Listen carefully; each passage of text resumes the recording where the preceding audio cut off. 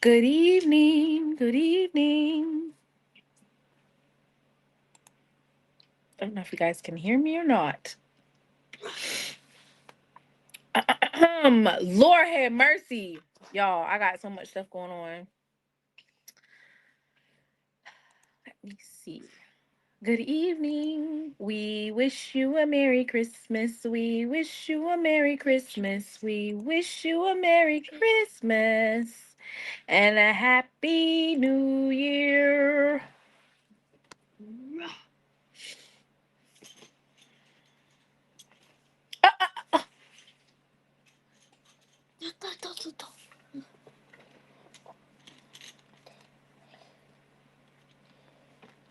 Hi, everyone.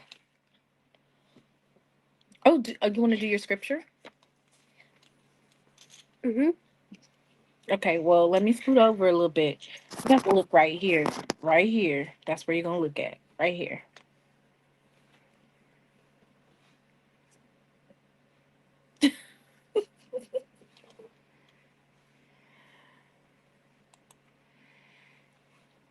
Which scripture are you going to do? Luke what? Luke 2:8-14. All right. Do your Christmas scripture, Brax. And there were shepherds living out in the fields nearby, keeping watch over their flocks at night. And an angel of the Lord appeared to them, and the glory of the Lord shone around them, and they were terrified. But the angel said to them, "Do not be afraid. I bring you good news. Is for all the people. In the town of David, a Savior has been born to you. He is the Messiah, the Lord. This will be a sign to you.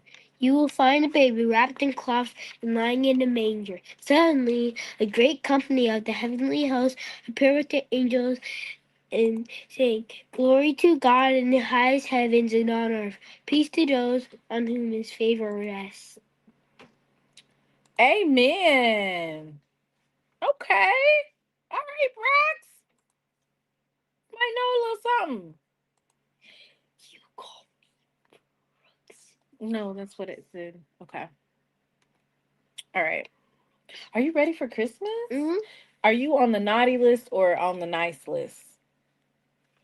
Nice. What? Nice. Mm, that's debatable. All right.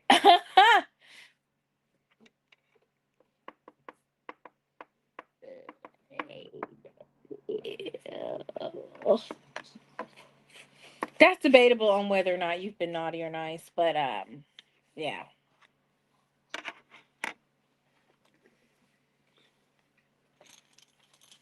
Oh, Braxton. Oh no. All right, y'all. That was Braxton's scripture. Kudos to Braxton. And his scripture that he um said during the Christmas play. All right, y'all. Maybe I should be playing a gospel song. Here, let's play this gospel song. No weapon, Oh, no weapon formed against me shall prosper. It just won't work. No weapon formed against me. Yeah, my mind. It won't work. 'Cause the Lord is good and the Lord is kind.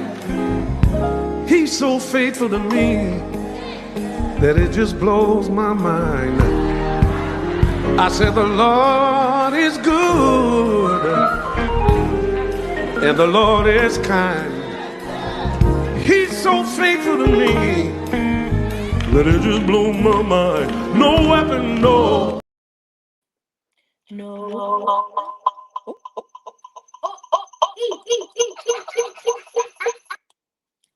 Braxton. Oh.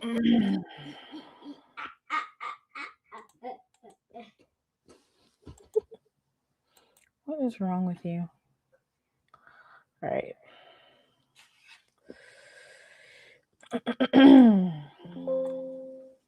There we go.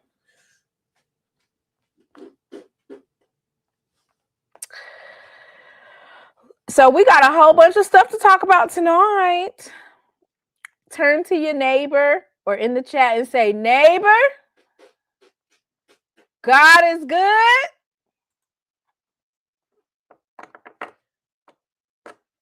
God is great.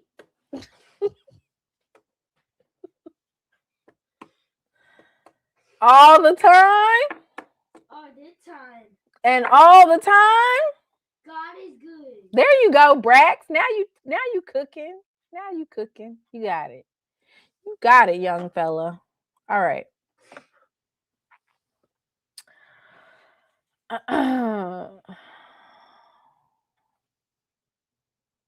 We need to be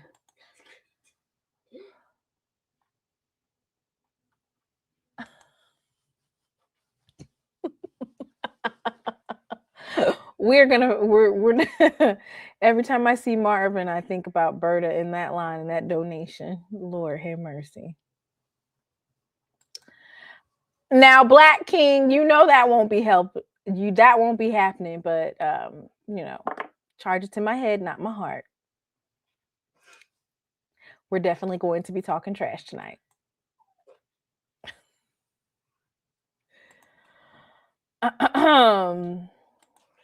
Hey, Mrs. Bonnie. Now listen, y'all. No. Braxton, we have so much stuff to talk about tonight. As always, so we're going to be I wrote down what we're supposed to be talking about. I'm gonna try to go in order. When Mr. Ford get up here, it's just whatever. All right, so tonight we're going to be talking about the updates on coaching, hires and fires. We'll be talking about that. We'll also be talking about the transfer portal.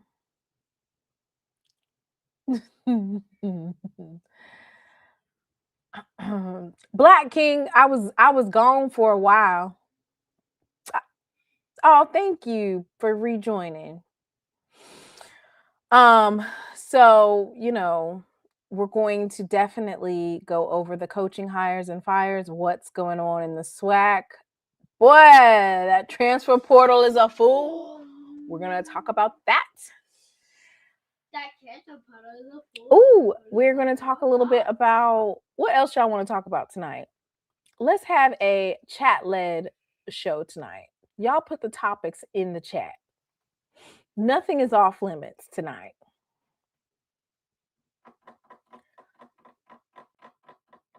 And I missed you all.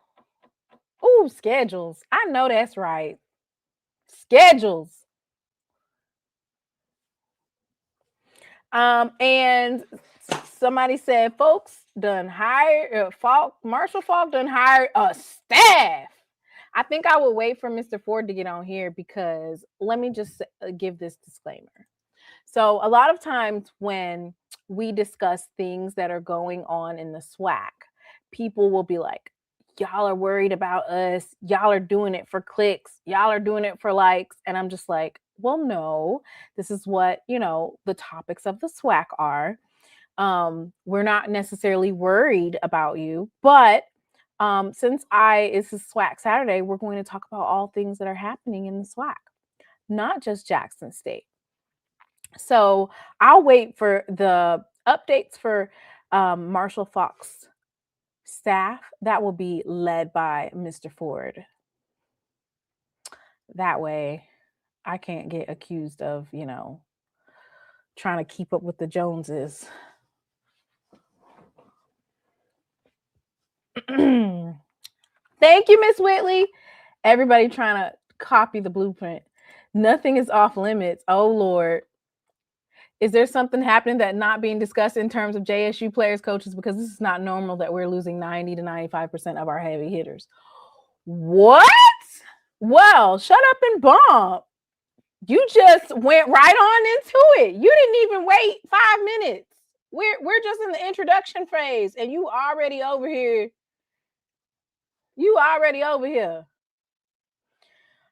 Oh, Lord have mercy. I'm going to tell y'all right now. SWAC basketball,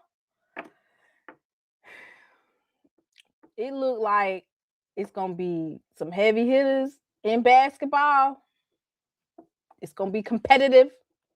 But I do see that there is definitely a talent gap. And you can't blame that on we're playing out of conference, because with basketball, as everyone knows, like the talent gap between Power 4, Power 5, and then FCS, like any given day. Southern has shown that in their wins over some Power 4 teams. Howard women's basketball, Bethune-Cookman men's team, Grambling State has been making some noise. So, oh, here comes Jay White. Jay White was talking about basketball last year, and you see what happened with that. But that's another story. It's a new year.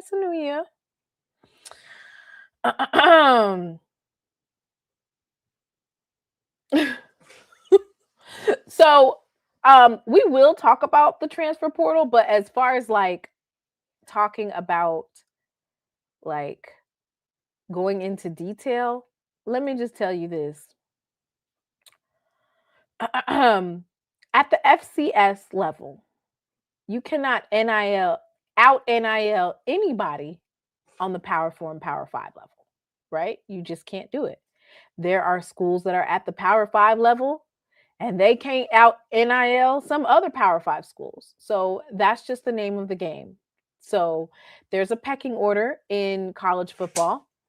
And it goes as such. You have the blue blood FBS teams. You got the Texas A&Ms, the Ohio States. Who else would y'all add in there? Would you add Michigan in there? Michigan, Alabama, right? And they can out NIL a Colorado. What is another team that they can out NIL? TCU, kind of, sort of, right?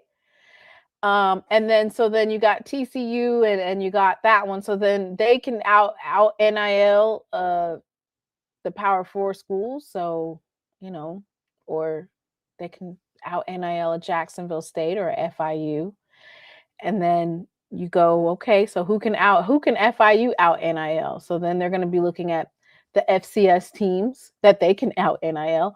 And so the point that I'm making is this: Jackson State and other SWAC schools in terms of NIL is competing at a level where we can absolutely retain some players that want to be here, that are, want to be at Jackson State or at an HBCU. I'm sorry, bar none, Jackson State, in terms of HBCU football, I personally think, I'm not trying to brag, but I do see that in terms of making sure that our young men have nutrition, making sure that our young men have their training table, those extra meals that they're able to get, the traveling, the opportunities, that there are, they stay having whatever clothing that they need. They got the fresh outfits, they got the fans, you got your education. So, all you can do is provide what you provide. You compete for who you can compete against, and that's that. And if you want to stay, you want to stay. And if you want to leave, baby, go ahead and go out the door. One monkey don't stop no show. And if you want to leave, baby, go ahead and leave.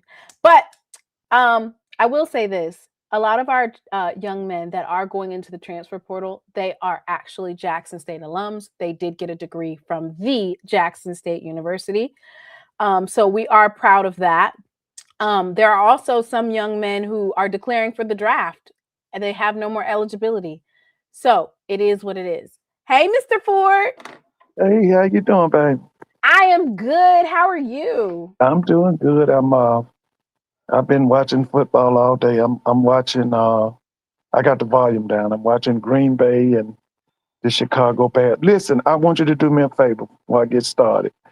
If you can pull up the end of it was the post game news, post game interview with Coach Tremaine Jackson and his players. And I want you to play the part where he talks about Prairie View doesn't play HBCU football. Could you pull that up? It's the post-game interview from the Celebration Bowl.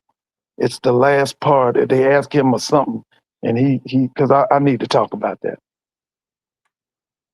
Wait a minute. It was the post-game interview from the Celebration Bowl.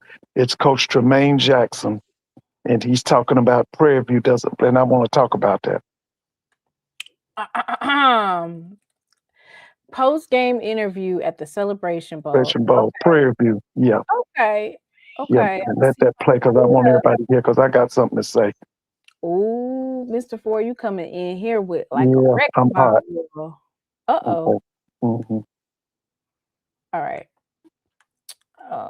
I found it. Let everybody hear it if they can. It's basically the end portion of the post game interview. Okay, so let me go ahead and scroll to the end then.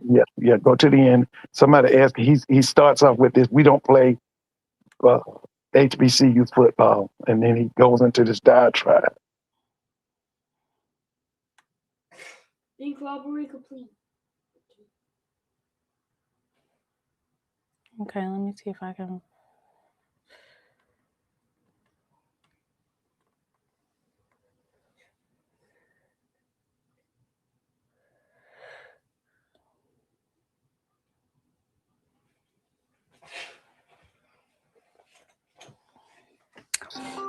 Connecting.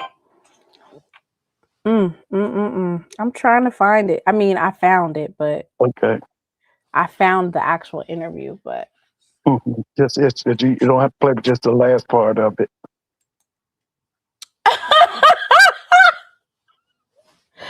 oh my God, my mods are funny, and I'd be cracking up every time. Oh wow, yeah, that's nice. Okay, let me see if I can get this going.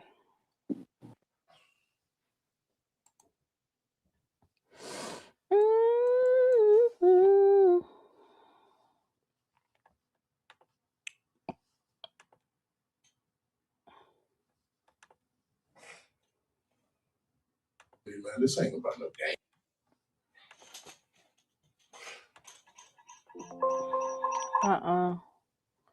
Let me see.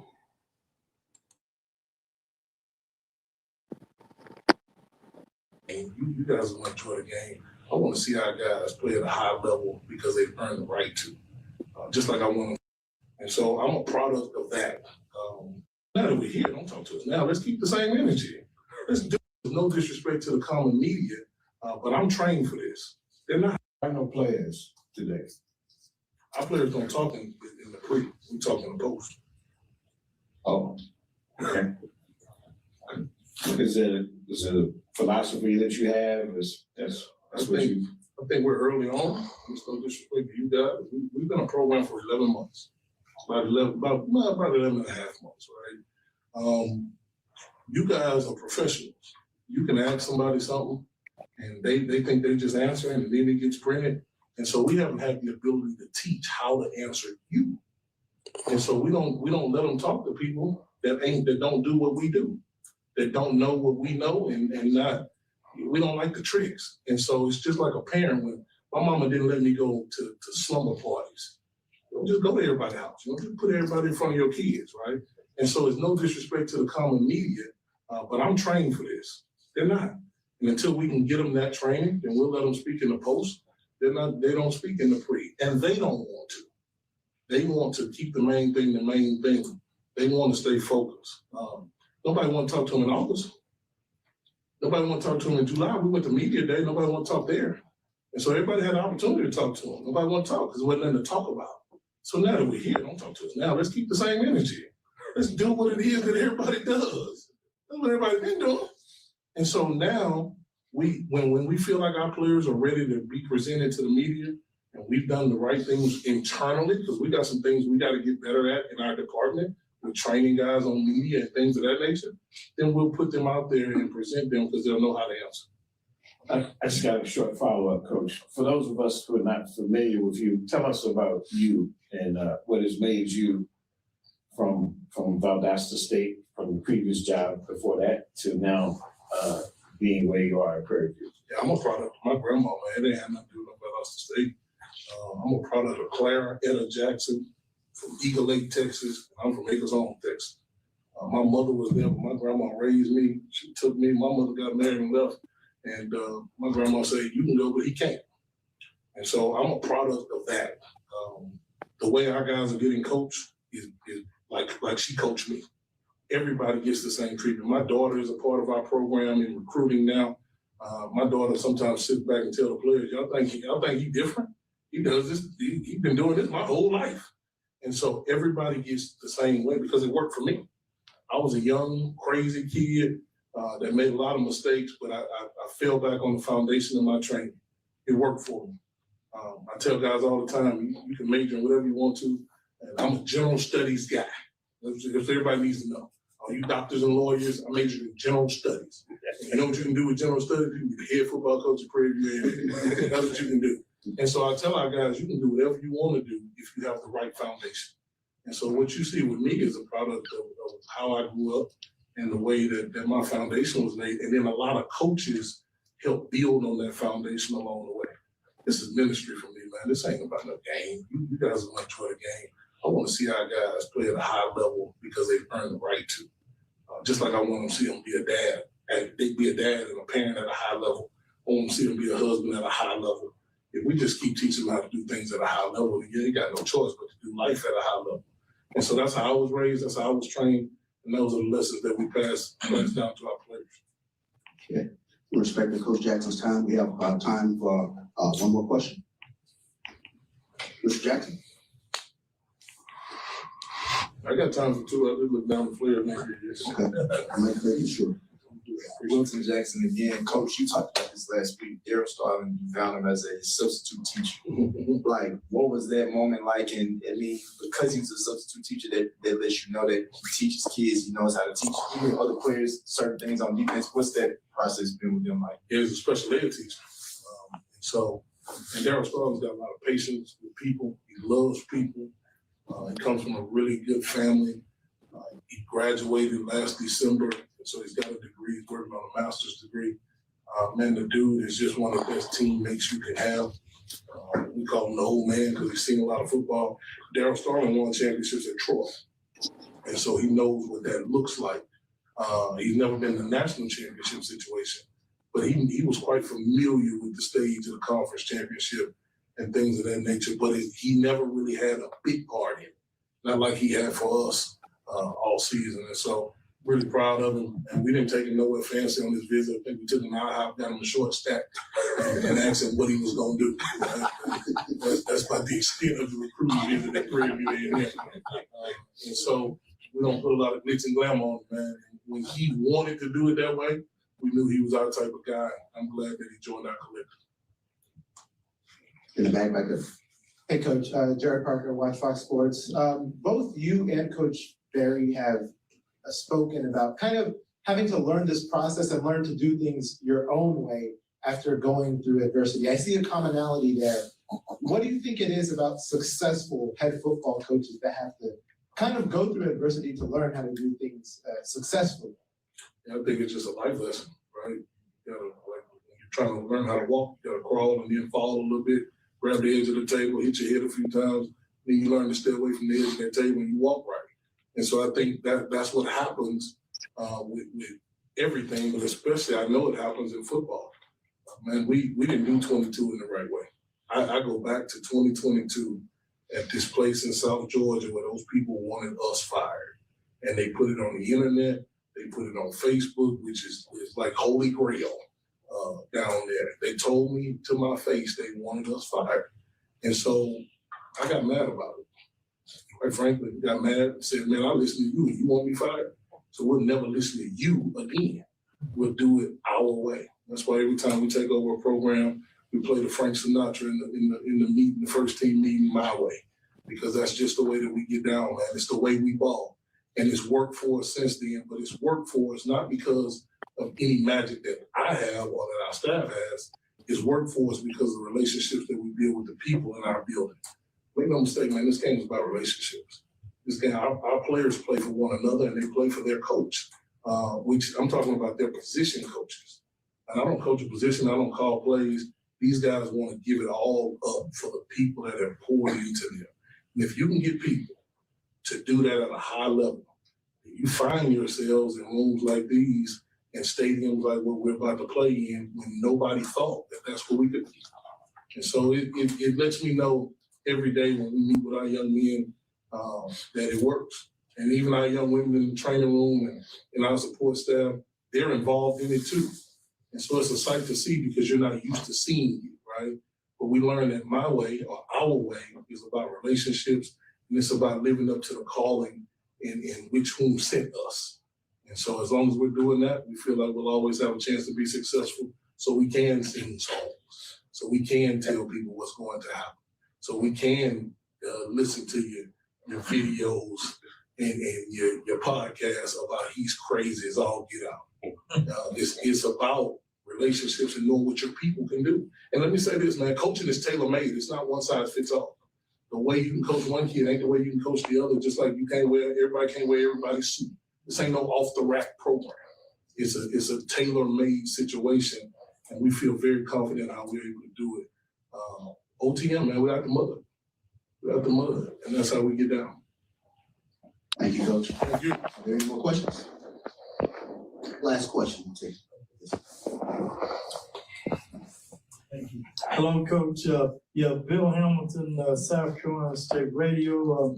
I watched the second half of your game against Jackson, and different things happened in the game, and they would, the camera would come on you, and your demeanor seemed to never change. It's, you say your players kind of mirror your demeanor? Hopefully, but what you saw in the second half of the game is the coach make a dumb call going for it in the middle of the field on 4th down.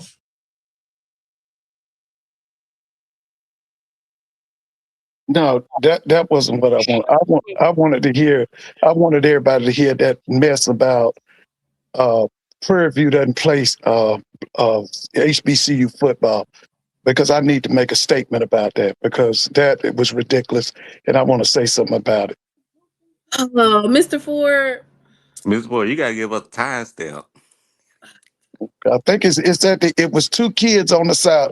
He had 2 kids with him, and somebody asked him something about HBCU football, and he makes this foolish stuff about Prairie View doesn't play HBCU football. I want the people to hear it, because I got some stuff I need to say. Because see, I know where that's coming from, and I'm gonna address it. Mr. Ford said, I got something to say over here. Yeah, I got something to say. Because I didn't even know this video existed till somebody showed it to me this week. And I said, I can't believe, boy, I want the people to hear it first before I go off. I want them to hear it too, Mr. Ford. Golly, but dang, I can't. Don't nobody care about this post-game interview. It ain't on here. Yes, on that. It's the post-game interview, and it's about to end. He was asked about Prairie View, and he said that Prairie View doesn't play HBCU football. And I'm gonna tell you where that's coming from. He did not say that. Yes, Lord, he did. No, he would not say something like that. He came from just play it. Just find it and play it. It's the post-game interview at the end after the game. It's 2 players on the side of it, 1 player on one side, 1 player on the other, and it's at the end, and he goes off on this foolishness. Okay, let me see if I can find it. Oh, have mercy.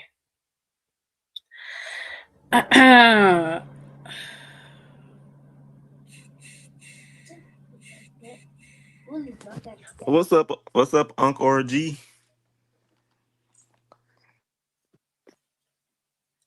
Lord, I got some things. Mr. Ford said, Lord, I got some things I want to say.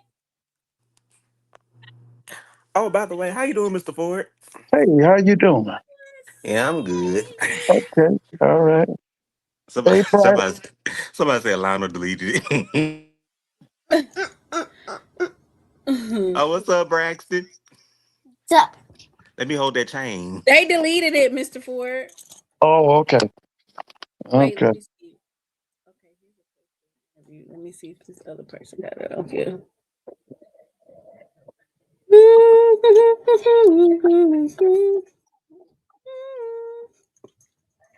Braxton, move. Wait, what game did he say this at, Mr. Ford? This was at the post-game interview after the Celebration Bowl last week. He was interviewed with 2 players, and at the end of the interview, he made some statements about why Prairie View doesn't play HBCU football. And I want the people to hear it, because I have something to say about that. So were the 2 players still sitting on the yeah, they were sitting. He brought 2 players with him. They interviewed them first, and then they interviewed Coach Chennisberry. Had 2 players with him, but it's at the end of the game. The game is over, and they bring him into the press room. And okay, I found it. Okay, let the people hear that mess. But I'm gonna have. I gotta look at the captions. And whatchamacallit, there's no way that I'm gonna be able to go through like 10 more minutes of that. So I'm gonna see if I can find it. It's at the end. It's at the very end. Just go to the very end.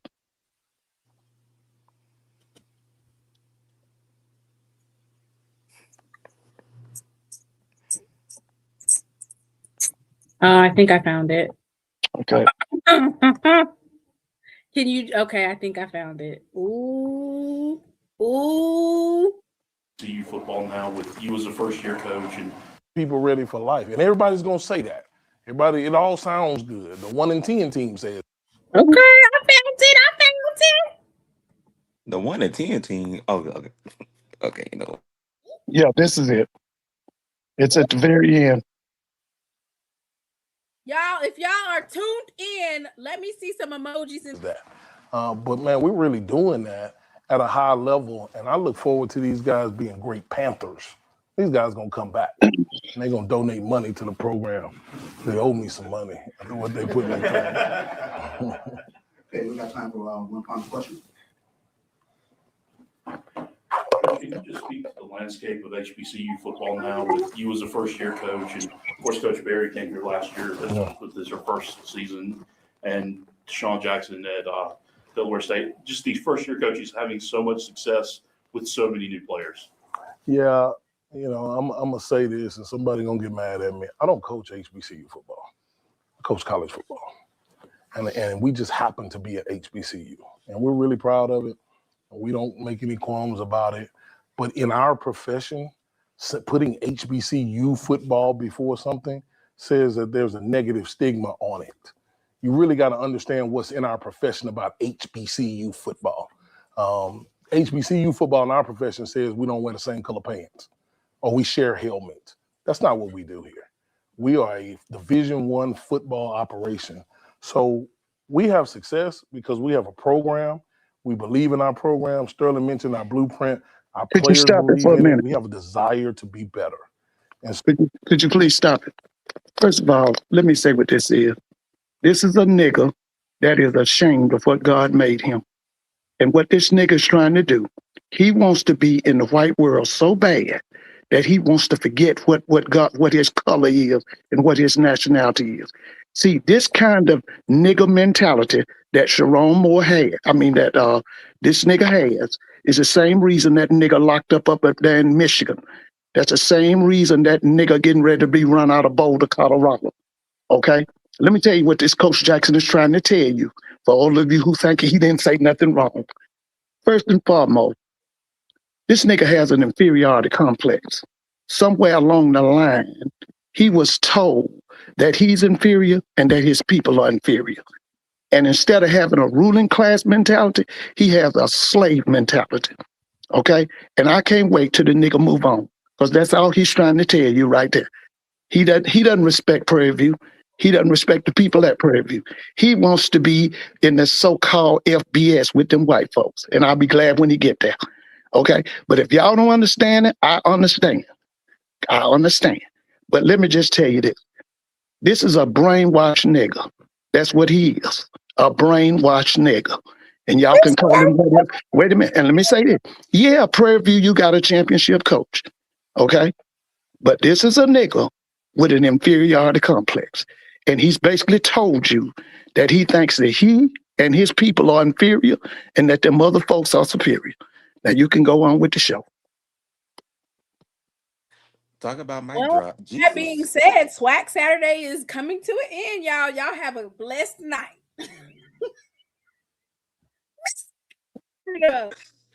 Oh my God. I don't know how to follow up on that. Mr. Ford. I just had to tell it because I know that kind. Like I told you, that's why that nigga locked up there in Michigan right now. That's why the prime time is going to be kicked out of Colorado. But all they want is to try to put down their own people. They ain't number race traitors. Put down their own people and then, act like them other folks so superior. You remember Prime told that lie? Ain't no crime in Boulder. I'll tell you what, get on the internet and look it up. Ain't no crime in the Boulder area. See, that was a lie. But I always told y'all from day one, he was a habitual liar. I told y'all that.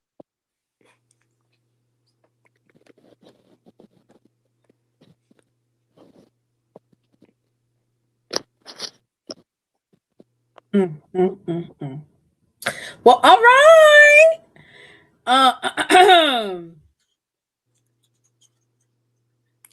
Well.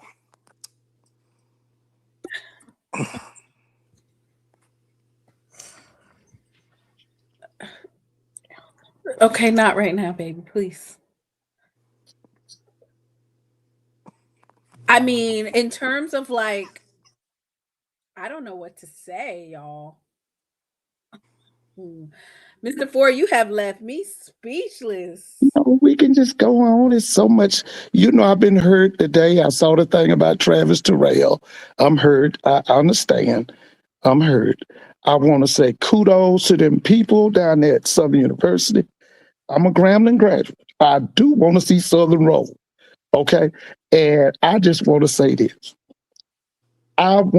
They are doing everything right there, right now at Southern University. Please don't let Roman Banks have anything to do with that football program because he's totally incompetent when it comes to football.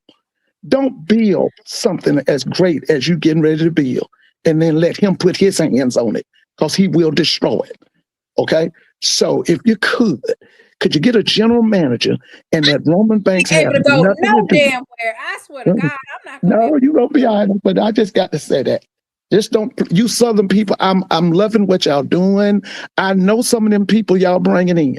Let me just say this. They bringing in a guy named Todd Light. Now, I know Todd when he was a player at Notre Dame. I don't know anything about him coaching, but I know him as a player at Notre Dame. I knew him when he played with the St. Louis Rams. I know Marshall. I told you I met Marshall when he had just finished the 11th grade. And the thing that them two guys got in common was a man that was put into my life or introduced in my life in 1974. His name was Dick Vermeil. Are you familiar with that name? Dick Vermeil. I think I have heard you talk about. He was he led the St. Louis Rams to a NFL Super Bowl win. And let me just tell you that if they know or watch anything Dick did, Southern is going to roll, baby. Now, when we talk about the greats and all that, usually they talk about Vince Lombardi. They're going to talk about Tom Landry, Bill Walsh. Let me just tell you, Dick Vermeil names needs to be in that list too. Okay? He also trained another person that I knew. He trained Billy Joe, who, had the greatness at FAMU and at Central State. He trained them. And like I said, what you're doing at Southern University, you have put your money where your mouth is.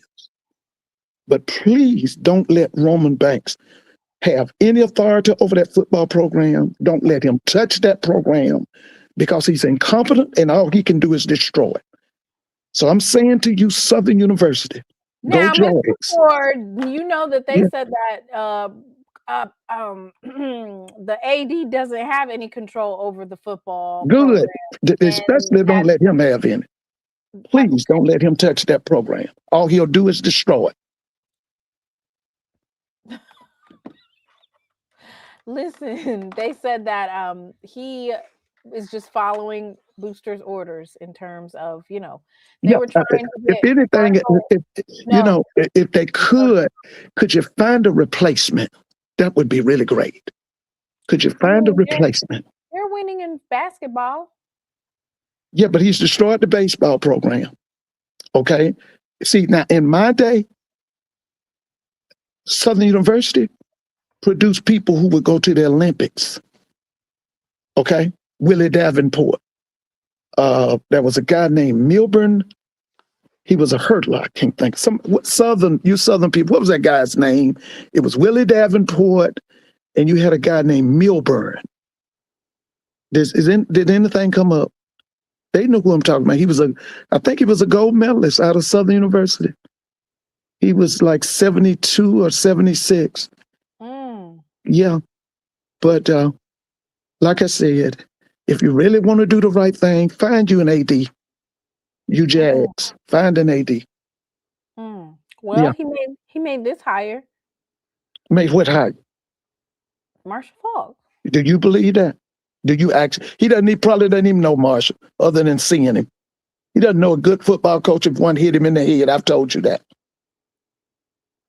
Now, he does well with basketball. Yes, he does. He knows nothing about football. And that's why I said, what they are building down there, don't let him put his hands on it. Don't allow him to have any authority over it. He'll destroy it. Well, the Jaguar Nation, the Jaguar Journal should be rejuvenated. Oh, I hope they are, because I like Jerry what they White do. should be rejuvenated. Oh yes, they listen. They've given me energy because I've been down about Southern football. And like I said, I'm a Grambling graduate, but I want Southern to be successful. I want Grambling to be successful. I want Southern to be successful also. You see, they were working on. They're working on the Grambling. I mean, Coach Mickey Joseph's contract, allegedly. Okay. They've been working on it, on getting the finalized details. Of course, I actually saw today that Coach Quinn Gray made an offer. Oh, okay. Oh, somebody in the chat saying Falk won't be there long. Well, we'll see. He's trying to parlay himself into a FBS job. Well, what do you think about Southern giving $950,000 for coaching for the coaches pool? What do you think about that? They want high-level coaching. Like I said, Todd played for Dick Vermeil at St. Louis. They were the St. Louis Rams at that time. And I believe the coach was, the defense coordinator was Bud Carson. Bud Carson was the architect of what was called the Steel Curtain. Remember, the Pittsburgh Steelers had a defensive line. It was Joe Green, L.C. Greenwood, Ernie Holmes, Dwight White. Okay, the architect of that was Bud Carson. Todd played under Bud Carson.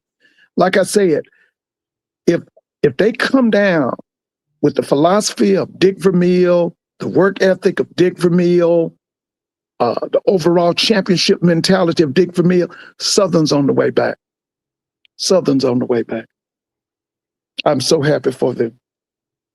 I'm so happy for them. So it's a 3-year, I want to say $1.2 million deal at Southern, right? Mm-hmm. Have you heard of the FAMU alleged contract? Yeah, I was told yesterday at school, I think he was offered $240,000. He gets $20,000 raise, I think, every year for the next 3 or 4 years. He will. The board votes on it Tuesday, so they should name him Tuesday.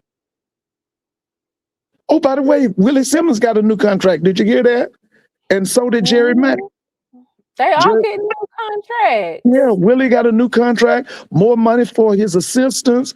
Jerry Mack got a new contract at Kennesaw State. Yeah. Now he got beat to death yesterday by a Mac school. I want to say, was it Western Michigan? They beat him like he stole something. Yeah, they beat him up. But yeah, Jerry's got a great job. Do you think is that a respectable amount? I guess this is the one thing that when you have a coach that is going from D2 to FCS, then $240,000 is a significant amount. Oh, yeah, that's going to be well over $100,000 raise for him. I'm thinking that'll be over $100,000 raise for him coming from Albany State. Now I know that the coach when Gibbs last year at Fort Valley, they said they're going to give a $1.2 million pool for assistant coaches compensation. And where's that? Is that at Southern or at that? That's at FAMU. Oh, that's good too. That means they're going to bring in some big time assistants. $1.2 million for assistant coach compensation. It did also say, well, this is all alleged, right? Allegedly, they put it in his contract that FAMU has to provide housing, tuition, and food for up to 65 students during the summer. Oh yeah, that's always good.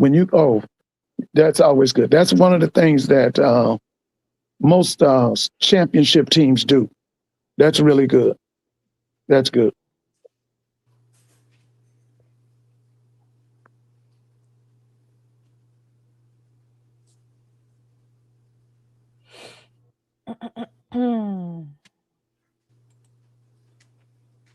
So do you think that they're elevating Mr. Ford? You've always said that you got to stop paying your coaches poverty wages, and we're seeing the increase. Listen, they have put their money where their mouth is. I'm feeling real good about Southern. Like I said, now, I don't know. I can't predict the future and all of that. But I just feel like Southern is doing the right thing. I'm just saying, please don't allow Roman Banks to have anything to do with that football team because he will destroy it. I've seen him do it because he did it. He's the one that destroyed that program. Okay? And so keep him away from Coach Falk's program. Please. I'm asking you, Jags. I'm begging you. Keep him away from that program.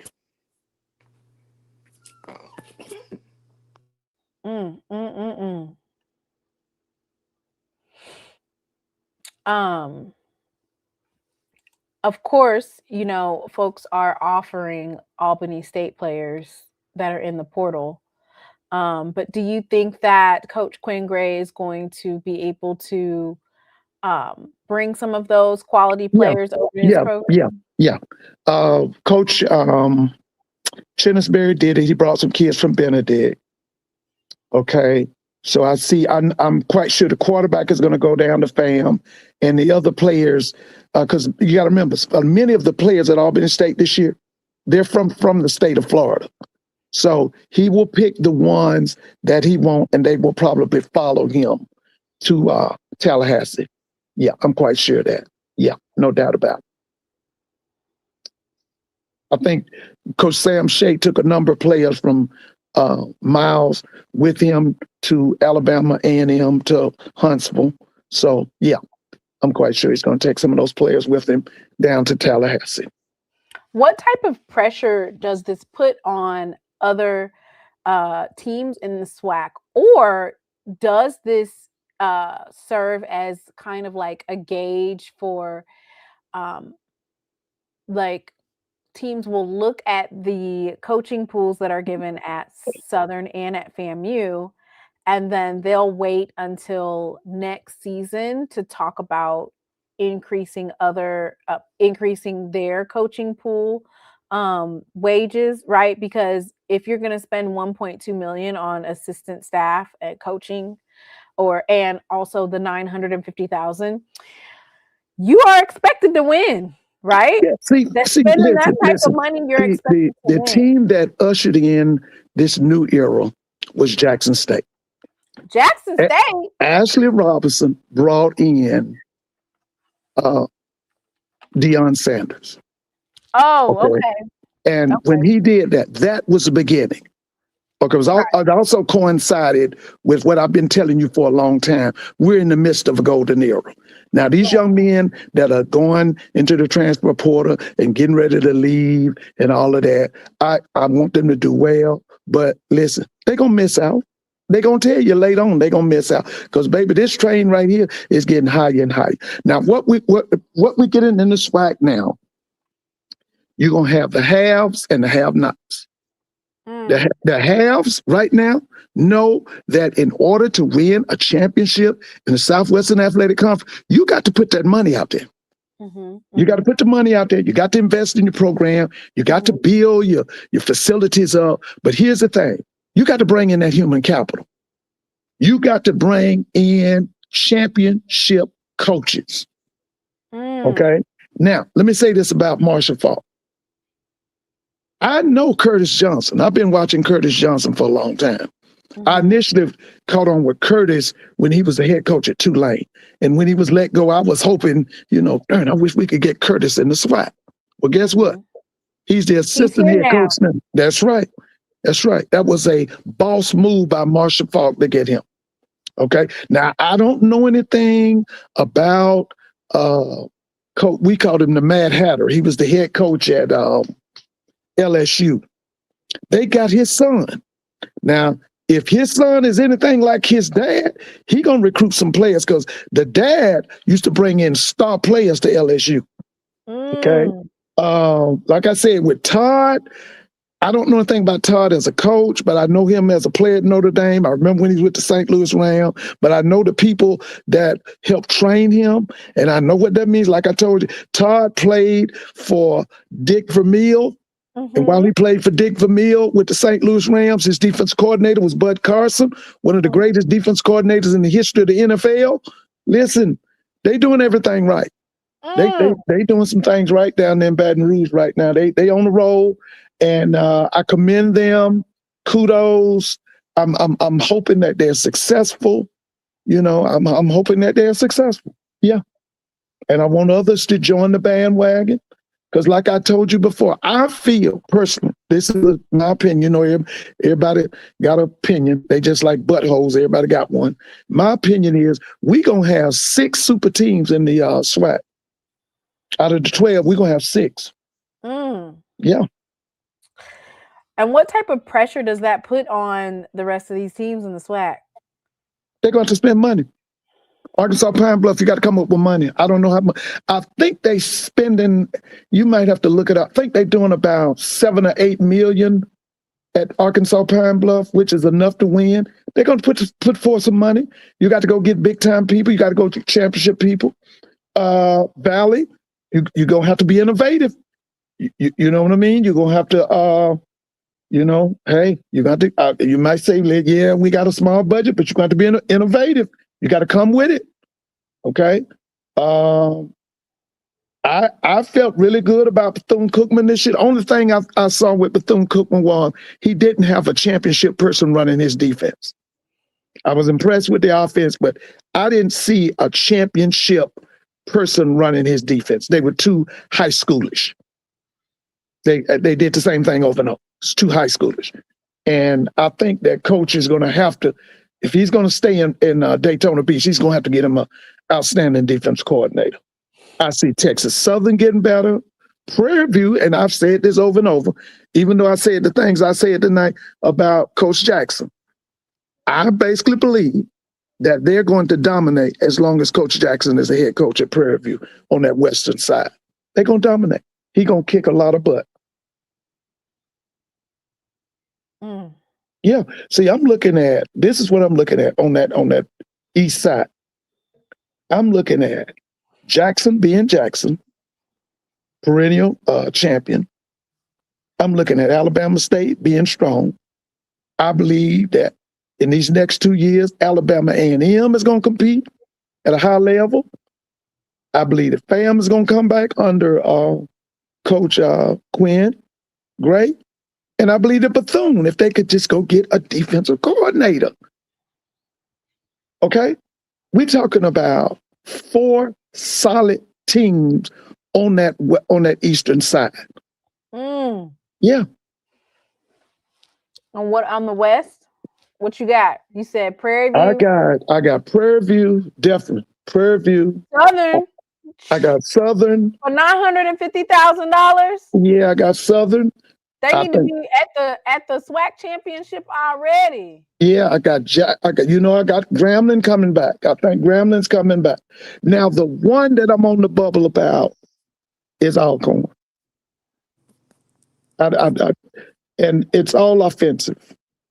I think they can be super on defense, but I just can't. It's just so many question marks about Alcorn's offense. They look good against Jackson. I've seen the game twice now. I'm going to watch it again during the holidays. But they just still potential. They're not consistent. If they come up, that's another big-time team in the SWAC. What's his name? Coach Gales, he's got to show me a little bit more. He's got to show me more. That was supposed to be our wide receivers coach. Yeah, I know. You know, one of the things that Coach Thomas said was he had TC's playbook. So, all right. Who said that? Coach Thomas. They asked him about Gales one day, and he said, well, we run the same plays at we got TC's playbook. But Coach Gales, for me, is still a question mark. He's still a question mark. I don't know whether he's a plus or a negative. I don't know which one he is. And that's what I'm looking to see. What is he? Is he a plus? Because when I was coaching high school, we would do a list. Somebody in the chat said they removed, Coach Thomas removed Gales from play calling. Okay, who's doing it now? That's what somebody in the chat allegedly said about Coach Thomas removing Gales from play calling.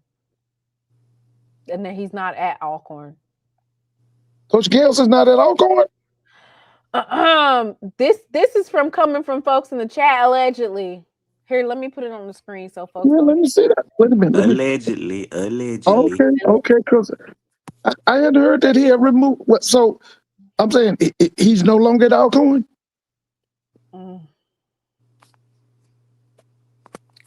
Y'all in the chat over there spilling tea about who working and who ain't there and who is.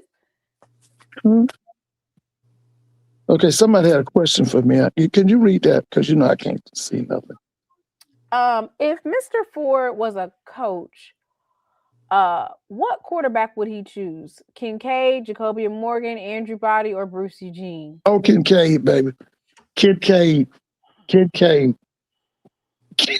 Listen, baby, he brought us back for 2 years. He's the reason we was in that Celebration Bowl 2 years. Kincaid, baby. I wish we could get us another one. Kincaid. He brought us back. He brought us to Atlanta twice. Kincaid.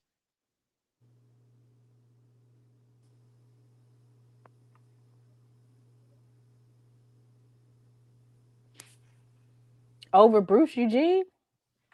Kincaid, baby. Give me Kincaid. I listen, now he was the ultimate dual threat quarterback. He could beat you with his legs, beat you with his arms. Kincaid.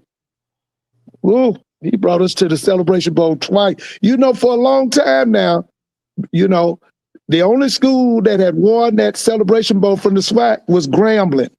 Remember? Yeah, I remember. It was Grambling. Alcorn kept coming up short. And that's right. Even though they cheated on him in that second game. I didn't know they had an NFL game today. I'm looking at the Bears and the Packers. The Eagles won over the Commanders. Yeah, that didn't look like nothing. I didn't really watch it. Cowboys have officially been eliminated from playoff contention. Oh, they have?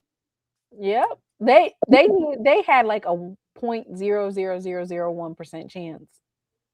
What's their record right now? I don't know. I think they won 7 or 8 games. Oh, okay. Because I thought they didn't get. Remember, he went and got the big defensive tackle from the Jets, and he went and got a linebacker. I thought that they didn't get any better. No, and I don't know why Ed's over there talking about the Ravens. The Ravens needs to. I only worry about the Ravens and the Browns. That's right. The only reason why I check in with the Cowboys is because James Houston is on that team. And so is that Bell kid from FAMU, right? Marquise Bell is on Bell's on that team. Now, any other HBCU kids? I want to say there's one more on there, possibly. I think one signed for the practice squad. But Tony Cook said there's 6, 7, and 1. So they've lost. Oh, okay. Games. Okay. And also another reason why I am just, will tap in and look at the Cowboys is because that's Braxton's grandfather's favorite team. And so I like to when they lose. Listen, my aunt, my mother's oldest sister, and my mother they're both deceased now. They were both Cowboy fans. They were with the Cowboys back to Bob Hayes days, Tony Dorsett days. They were Cowboys. Now my mom kind of switched over and she kind of got with the Falcons, which was a bunch of losing for, anyway. But yeah, my family, they were Cowboy fans too. I think it's Isaiah. I remember Isaiah Land did sign to the practice squad. Yeah, that's a kid from fam. Yeah, I remember that too. He was with the Colts. Yeah, that's right. Yeah. The Cowboys claimed him off waivers. Yeah, I remember that. Tomorrow, the Browns play. Who do they play? The Steelers? Or did we already play the Steelers? We don't have an offensive line, Mr. Ford. Now, who is that? Who?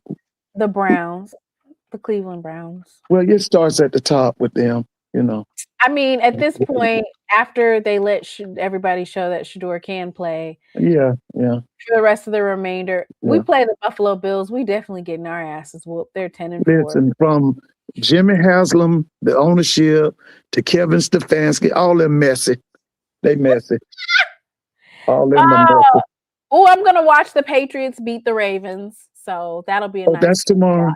Yeah, that's tomorrow Okay. night. The Ravens will be beaten. The Ravens will lose to the Patriots. So Right. I'll enjoy watching that. The Browns are going to get their asses whooped by the Buffalo Bills because our. Well, let me ask you a question. Mr. Moan, let me ask you a question. I want a yay or a nay. Should Quinn Gray go out and get about 60 new players at Florida A&M?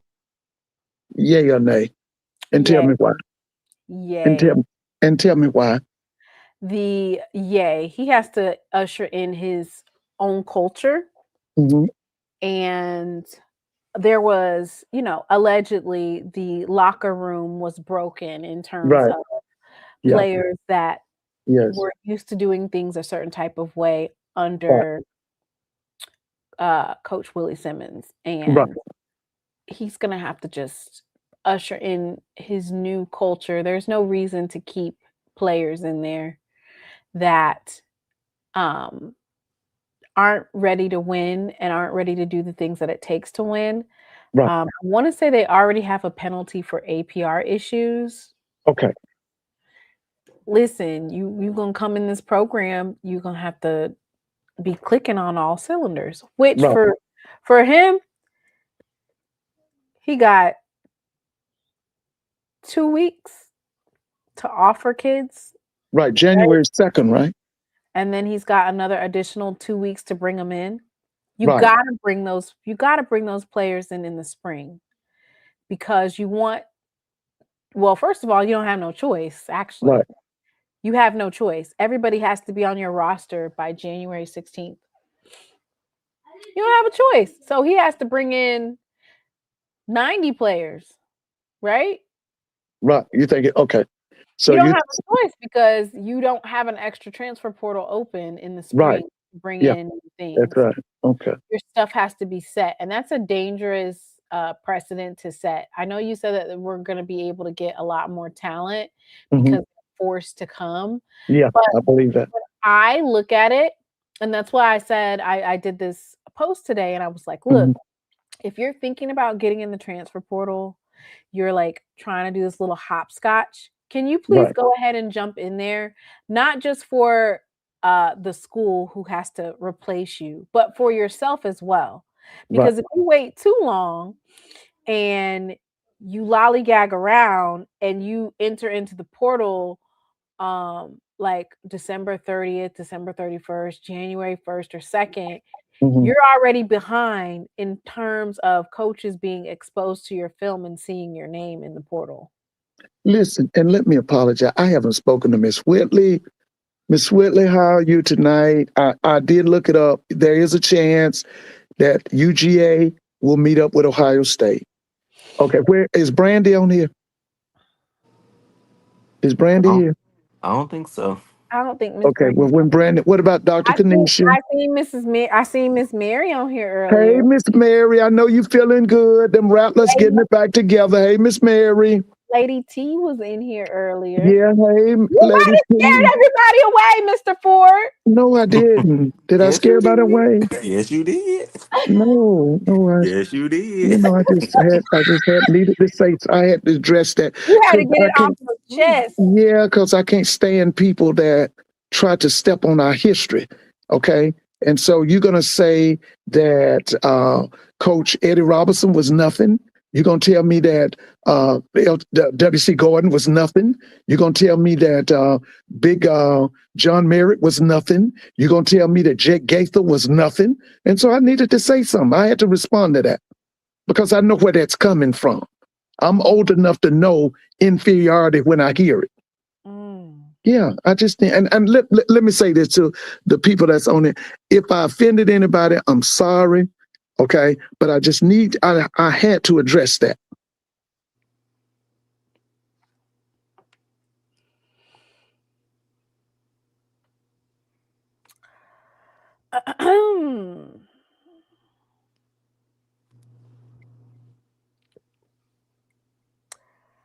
Mr. Ford. Let me see what was on my list to talk about. I'm sorry. Yeah, come on, let's see what we got. And listen, I got 2 weeks off. You know that. I was so happy yesterday.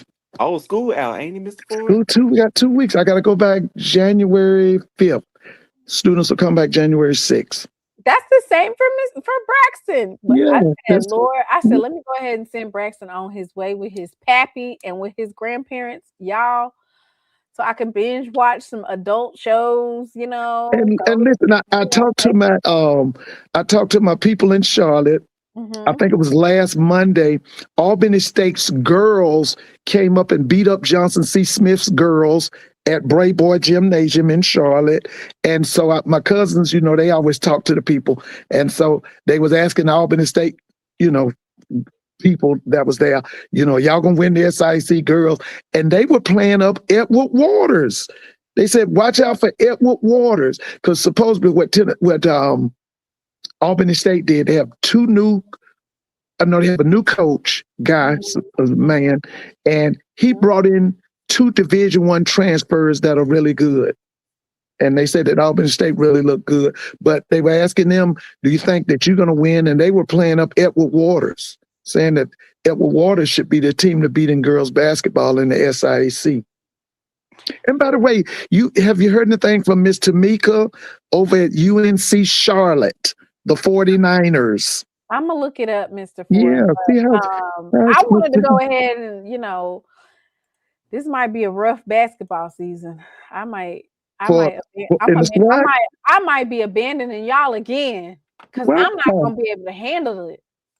Well, I heard that y'all going to be good. I heard I've been hearing all this good stuff about Look, listen, this is the current standings right now. Alabama A&M is 6-5 overall. Grambling State is 5-6. Prairie View is 5-6. Southern is 4-7. Bethune-Cookman is 3-8. Alabama State is 3-8. Arkansas Pine Bluff is 3-10. Florida A&M, they're 1-6. I don't know why they didn't play as many out of conference games, but they've only played 7 games so far. Texas Southern is 1-8. Alcorn is 1-10.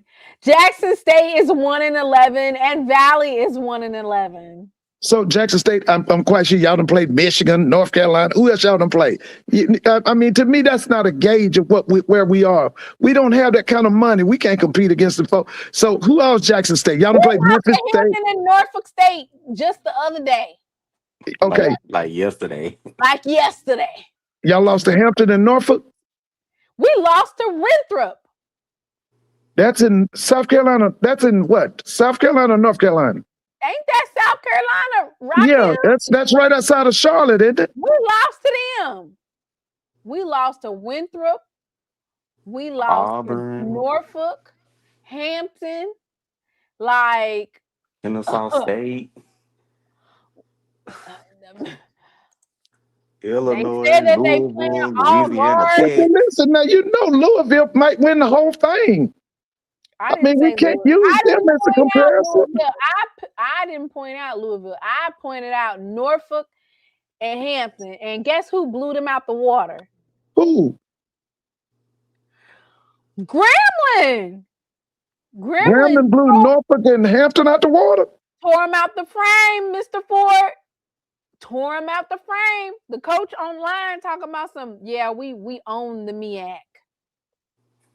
You said they own the bay over there. Wait a minute, that's Carey? Who? Yeah, Crary, Coach Crary. Coach. Yeah, that guy was. But that guy won a national championship or something, didn't he?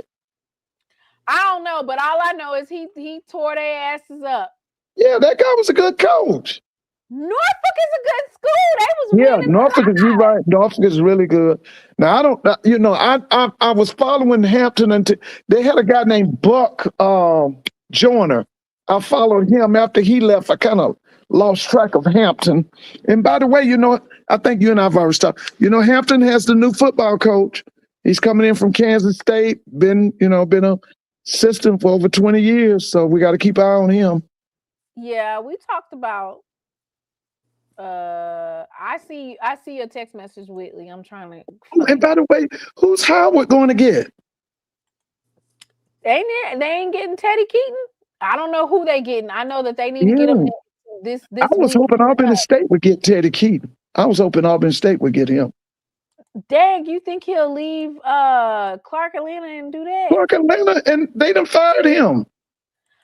I thought it was a mutual. Well, whatever. Because that means Clark and Morehouse don't want nothing. They've never wanted nothing. They just, the best thing they could do is just cut out football, to be honest with you. They don't want to compete. They just want to say they got a football team. But I would like for Teddy Keaton, I was hoping he could go to Auburn State. Ed, you straight, Ed. I got you out. Okay, Ed should be saved. Okay, anyway. Okay, so let's look at the other schools. Let me see who Grambling State. Yeah, Grambling State tore them out the frame, Mr. Ford. I said, what? All right, so they beat, let me see who they beat.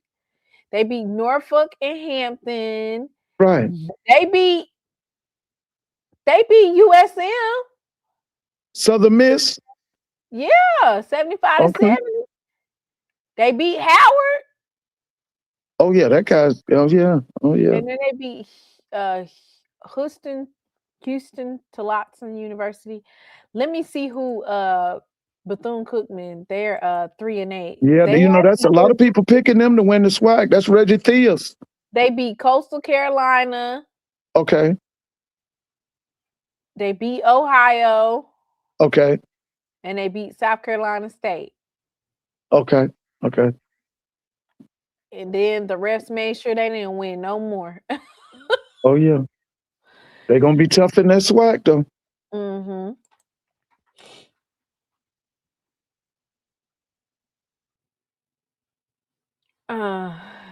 Hate to say it, but JSU have bad. Anyway, let's look at the women's side, Mr. Ford. But anyway, that's what I was saying. I said, Lord, please don't have me in this. I don't know if I'm gonna be able to take it. I'm gonna abandon y'all again. Y'all not gonna have me stressed out covering, because with basketball, it's like I don't know. It's so much. Oh, I love basketball. I love basketball. All right, so no. It's 10:21 at night. No, absolutely not. Southern is 4-6. Alabama. Girls, this is girls.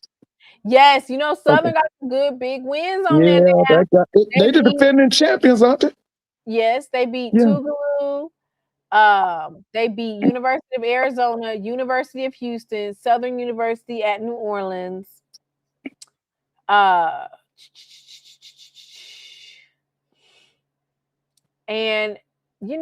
as like SWAC play is coming up. Yes, it is. That's after New Year's, right? Yeah, SWAC play coming up. All right, so Alabama A&M is 4-8. Alcorn is 3-7. Arkansas Pine Bluff is 3-7. Alabama State is 3-7. Texas Southern is 3-8. Jackson State is 2-8. Prairie View's 2-8. Bethune-Cookman 2-10. Grambling State 2-10. Valley is 1-10, and Florida A&M is 0-9. That guy does a really good job down there at Southern. Isn't that Coach Pontius? Yes. They won the tournament last year, right? Yep, they won the tournament. Yeah, that guy does a good job down there. So on to Jackson State, Mr. Ford. Our defensive line coach entered the transfer portal today. Oh, he did? What's his name? Yes, Aaron Jackson. And so where's he going? I don't know where he's going, but I know he entered the transfer portal. Let me see what it says. Okay. Because the way he did his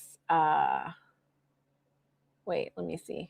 I don't even know where the way he did his coach. No, it's not Aaron. It's Coach K Jack or something like that. How many? So he took Callie James's place. Yeah. Matter of fact, I need to look. Let me see. They're on tonight. James Madison's playing Oregon, right? Mm-hmm. I'm trying to see what station is that on. Let me see. Hold on. Okay, there it is right there. Let me see. Oh, they beat them to death. It's 41-13. Oregon is beating James Madison. I ain't gonna watch that. Okay, so DI love first off, thanks to Coach Taylor and Coach O for the tremendous opportunity. I've grown and learned so much being around the staff of great men. Truly appreciate all the relationships in the building we're able to foster with the coaches and players. These past 3 seasons have truly been special and instrumental for growth in the profession. Tiger Nation, we appreciate the never-ending support. Game after game, the Vans here make this place even more special. I will be in pursuit of other opportunities and wish the Tiger family the best. Again, appreciate everything. With much love, Coach Jackson. So y'all looking for a D-line coach? I don't know what we looking for, Mr. Ford. What do you, can you do an evaluation? Yeah, I mean, let's see. So how many other coaches are leaving? He's the only one leaving? He's the only one. Well, that's not bad. Usually, did you see Georgia Tech? Their whole offensive staff gone. Whole offensive staff is gone. So we should be grateful? Is that what you're saying? Yes. When you know, in this day and time, nobody's got no loyalty to nothing. Everybody just jump up, leave. Oh, Lord. What? Well, that was the only coach that we've had say anything about leaving or that's leaving. So, you know, our defensive line, I felt like our defensive line did pretty good this year. I do feel like we could have.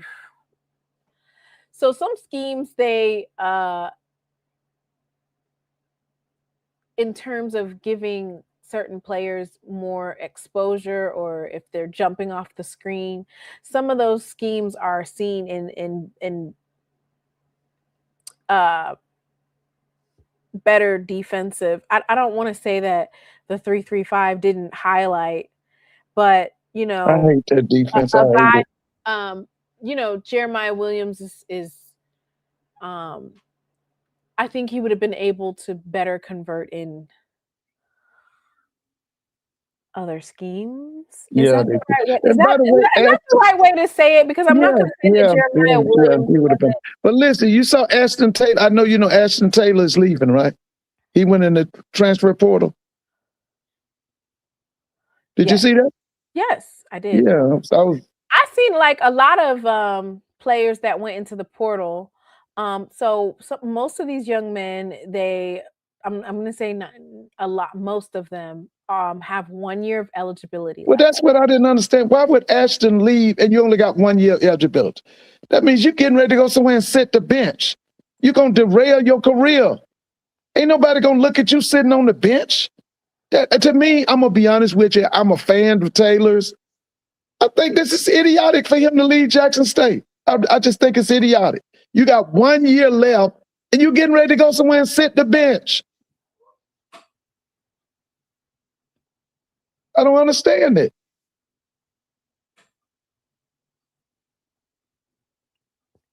Well, you could go for NIL opportunities. You could go get closer to your family. It could be family related. See. Yeah, you might be right. Because I'm still saying to you, listen, if he goes Power 4, he's not going to start. They're going to put him on the bench, and it's going to derail. Because to me, this year, Ashton Taylor made a statement to the NFL that he wanted to play NFL football. And then he was a natural in that system. He was a leader. I thought he was really I thought he was the best player. Well, between him and that, y'all had a defensive lineman, that kid that came from Valley. What's his name? Quincy Ivory. Yeah, that Ivory kid was super.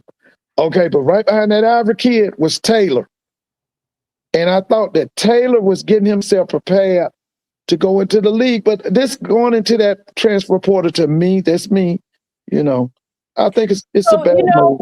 So you have to look at it certain types of ways, right? Okay, so if you are, there is a concept about getting your money while the iron is hot, because the amount of players that go to the NFL is such a small amount, right? Yeah. And this is the thing that's most, which, you know, it is what it is. But some of these kids have an NIL deal, but they're looking for more, right? And like I was saying earlier, there's a pecking order on NILs. HBCUs cannot out NIL a Power 4, Power 5. I You're just not understand gonna, that, Mr. Mo. All I'm saying is this. you If can't Taylor, you can't if out Taylor NIL. had 2 or 3 years of eligibility left, I could see the move. But 1 year of eligibility left, you just derailed you just hurt yourself. Now that's me talking. And that's just only if you feel like he was going to the NFL, right? If he feels like, okay, let me go get this NIL money while the iron is hot, then, you know, it's something that I can see both sides of it. Yeah, somebody gave him some bad advice. I'm gonna say that. Somebody Also, gave him some bad advice. let me tell you this, which bar none, Jackson State sets the bar high in terms of taking care of their players, meaning like, Oh yeah. you got the NIL, but outside of the NIL, you have, and we're talking about, and this is HBCU football, which is you have your training table, you have your nutrition, they have catered meals, they're traveling a lot, right? Right. So in some of these young men's mindset, it's like, well, dang, if I'm getting all of this at Jackson State, I know that it has to be better at the Power 4, Power 5 level, right? I know that I'm anticipating like life's this is straight, but I want more.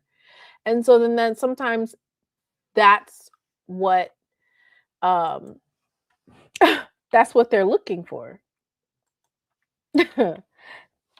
And you pray that they get their degrees and that they get what they're looking for. I'm not sure how this like new age, like getting an agent thing goes. Nothing. It's. I mean, it's. Because I don't know how you're gonna. How are you going to? How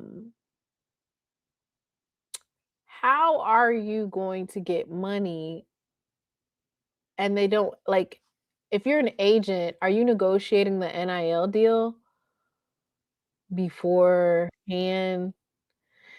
Wait a minute, what's going on here? What is going on?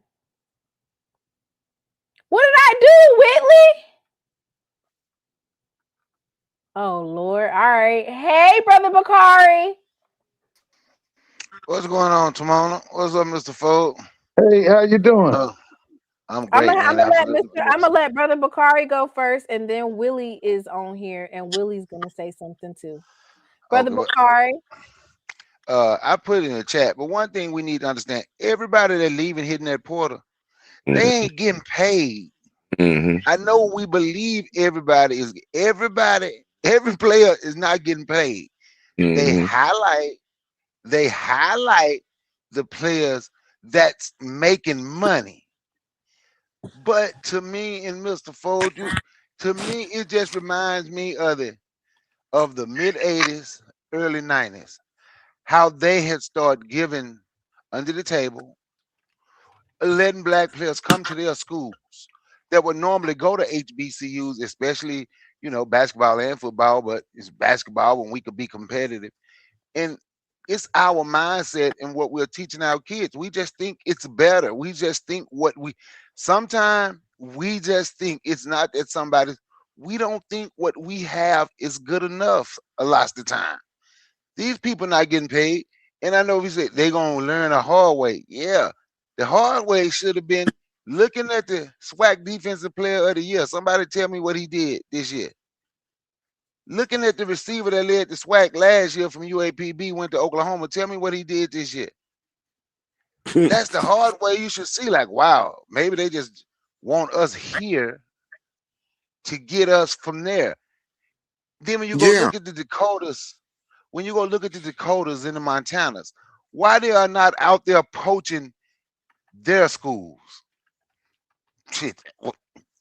North Dakota State, I think they have 3 starters. Everybody have said they're coming back. The ones that eligibility to starters. Only thing they lost were people that wouldn't get in playing time. Why they are not out there trying to poach their players? but they're gonna always, because they don't want, the system don't want us. It's not just the HBCU. They don't want black people to build themselves up and have anything that we should be proud of. And ain't nobody teaching our youth the real history and everything about this. Yeah, a couple of people probably got a couple of dollars, but I don't know how much can they give you when they have given a quarterback $1 million and a wide receiver. This like Mississippi State spent $15 million on their offensive line. How much do they have left after they spend that on their offensive line and spend on their defense? How much do they have to give somebody who I wouldn't even look at, wouldn't blink at when they were in high school? Now all of a sudden, how much do they have left to give you? They are not getting, all these players are not getting what we think. It's just we think, and I know they got cold ice over there. They have extra cold ice, and their ice is a little bit colder than ours. Thank you for letting me speak, Timon. Thank you, Brother Bakari. Mr. Ford, do you have a response to that? No. Like I said, I don't understand it either. But I think they gonna derail this Taylor kid. I think he has set himself up to get ready to go to the NFL. But with this move leaving Jackson State, he getting ready to go somewhere and sit the bench. Yep. Willie, Well, thank you for taking my call. I want to echo what Brother Bakari said. Mr. Ford, I wanted to talk football with you. Okay. That hurt my heart today when I seen that. Because first of all, Taylor, you would set yourself up to go play NFL, but you wasn't gonna play middle linebacker. You probably play strong safety. Yeah. And you would have got, just like when those Sanders boys left. If they would have stayed, I still don't think that he would have went. I still think that Shadur would have went before 3 rounds. I still think Travis would have been. He might have not got the Heisman Trophy, but I still think he'd been mentioned. I still think he'd win first round. It's because of the talent of what they have. Somebody gave them boys some bad advice. Yeah. Somebody gave those boys some bad advice, and it's just pointing towards the people that was in the booth, Mr. Ford. You know, we talked about that on another show. Yeah. Somebody gave those boys bad advice. Number 0, he could have Ivory. He could have went in the first 2 rounds. He just stayed there. Can't they see history repeats themselves? Back in the 70s, when you had Walter Payton, you had Robert Brazile, Vernon Perry to go. You had pretty much the same setup. Set up again for that to happen. I don't believe none of those kids gonna get to go. I think Terrell left too, didn't he? Yeah, he went in the portal. That's crazy. That's crazy. Yeah, that's crazy. I just wanted to get your opinion and wanted to point that out. You know, the older you get, the more clarity you get. You know, when you growing to grow yourself, and I just wanted to point that out, man. It's I'm gonna say this to Mona. Now, they should have been giving Miller the ball 15, 20 times. He could have been a 2,000-yard back this season. And it's just a lot of things that's going on, and it's just, hey, I don't know. Yeah, and just like what Brother Bakari said, they don't go out to Montana and get those guys. They don't go and get none of those other FCS guys. They do everything they possibly can do to tear down anything that's black. And it started out with Coach Prime. Oh, we can come here and we can do this, we can do that. But as soon as they thought that ice was colder, or that they was able to drink out of that water fountain, they went on out there and see how it's gonna start crumbling. And they have RNG had put out a video earlier today about what Coach Eddie Robertson had did an interview before he passed years ago, and was telling you how it was going to go on and how they're going to eventually start buying these players. People, look, you might not like me delivering the message, but hell, I know what the hell I'm talking about. I didn't live 59 years for nothing. Thank you for taking my call. Thank you. Well, for me, I'll say this: the just as people, Trent Walker has pointed out, the portal giveth and the portal taketh away. That's true. That's true. That's true. Next man up. Yeah, that's right. Next man up. We had a 1,000-yard rusher last year in Irv Mulligan. Folks said, "Oh, y'all aren't going to be able to do that no more." Irv is going 1,000-yard rusher this year. Ahmad Miller. So next man up. Next man up. That's the only way that I can explain it. I'm excited for SWAC football, period. Because I am too. Like, I can't. I am too. Rejuvenation. It's like, okay, everybody's getting on their A game. Yes. Everybody's got a highlight or come up. It used to be like only 2 teams and then everybody else. Right. Yes.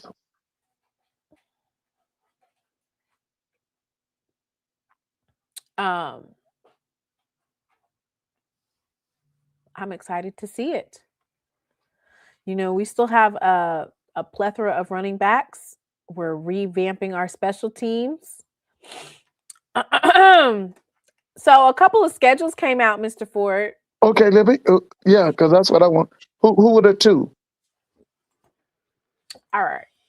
You want to go over the CAA schedules first? Because Oh Lord, this A&T. You talking about A&T? No, never mind, Mr. Ford. Never mind. Never mind. They are irrelevant.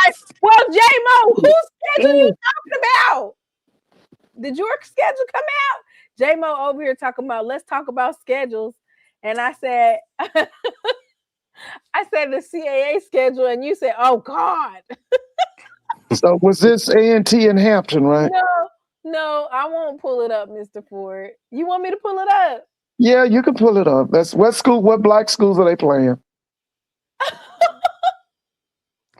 Wait a minute, Mr. Ford. Why it gotta be that? All right, let me see. That's all I care about. I seen A&T play Central. You think Central put 60 on them again for a 3rd consecutive year? No. Okay. They'll put 70. Oh, okay. Wait a minute. Is that Mr. Brooks I see in the chat? All right, let me You are so funny, Mr. Ford. You are so funny. Let me pull up this let's not do that. Does anybody have any other schedules out? Because the other schedules we're just gonna be guessing. Like Hampton got a schedule. Or did we go over theirs already? You said they do? Yeah, Hampton does. Oh, okay. Let me see. You're funny. Oh, Mr. Ford. Uh-huh. I said Jerome in the chat. You see him? What's up, bro, Brooks?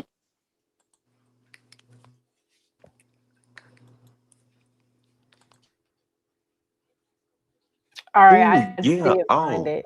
I don't know if you saw J Mose come in, Mr. Ford. What did he say? What did he say? South Carolina State and Bama State played this upcoming year. Ooh, when is that? Where? Well, I'm not sure if it's confirmed or not, but that's gonna be a big game right there. Is that Montgomery, Orangeburg, Columbia? Where's that? Is that Atlanta? Orangeburg. Is it Orangeburg? Allegedly. If I'm not mistaken, don't they also play in the MEAC SWAC Challenge as well? I don't know who is that who's in the mid? Who is it this year? This upcoming year? Yeah, 26. I mean 20. This will be 26, August of 26, right? I would love to see Jackson State in Chicago. I would love to see it too, but who you doing? Who you doing? Alabama A&M versus Howard. Ooh, that's in Atlanta. Yes, that's in Atlanta. Oh, so Alabama A&M got to bring all the fans because Howard fans are not coming. Wait a Wow. minute, Mr. Wow, Ford, Mr. here Ford. you They're not go going to again. come. Listen, It'll be they jaywalking and Dr. Kanisha. wait, Mr. Ford. Wow, Mhm. Mr. Listen, Ford. Wow. folks made attendance such a big deal, right? And they Uh, tried to pin it all on Jackson State Oh folks. my God. Oh, y'all talk about the Oh my attendance. God. They said attendance don't matter. uh, As Attendance soon does as them not numbers matter. came out, now all of a sudden, Now, but listen, when you have an ESPN contract, I don't know if people know, it don't matter if it's 5 million views or if it's 2 million views. The contract is a contract, you're going to get paid the same amount, right? So they get their million for the MEAC and the SWAC, and then whoever wins, don't they get another million? yeah, I think so. So regardless, that's what you get paid on the ESPN side. So then the other side is, of course, that's where the attendance comes in, the fan fest, the sponsorships, the businesses buying into the game. But Right. that's neither here nor there. Folks got business degrees, businesses and marketing, and they know so much and all this and that. But they said attendance don't matter, Mr. Ford, as long as Mm, this good product being mm. placed out here. All right, so here it is, Hampton. See, of course. they have a to be decided game up there on 8/29. Why would we not be playing? Why would we not be playing Hampton on 8/29? Why? Allegedly. Why I would don't know. we not be playing them in Chicago?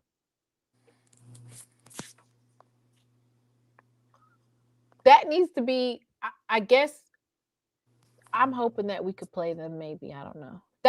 That should be Jackson State versus Hampton in Chicago. It says to be determined, so Right. maybe that'll be that one. Well, I just need to know if we're going, period, because I need to plan. Right. All right. So then they play Maryland, Mr. Ford. Hampton does. Okay, so they'll get beat, what, 50-0? Oh God. By that much? Well, maybe 40-0 then. How about that? I don't know what logo that is. They played Norfolk State. That might be that'll be competitive. They play Campbell, Hampton, and then they play Howard at Audi Field. Oh, yeah, that's a big game. Yeah. Yep. The battle of the real HU. Yep, the Battle of the Real HU, baby. They play Sacred Heart, Monmouth, Towson. How do you think those games are going to go? Monmouth will beat them to death. Towson will probably beat them to death. They play Elon. How's that going to go? They might, well, I think, didn't Elon beat up A&T last year? Beat the kibbles and bits out that That's dog. what I thought. So, Oh my God. because I think Hampton went backwards this year too, didn't they? It was a rough year. Yeah, it was a rough year for Hampton. Oh.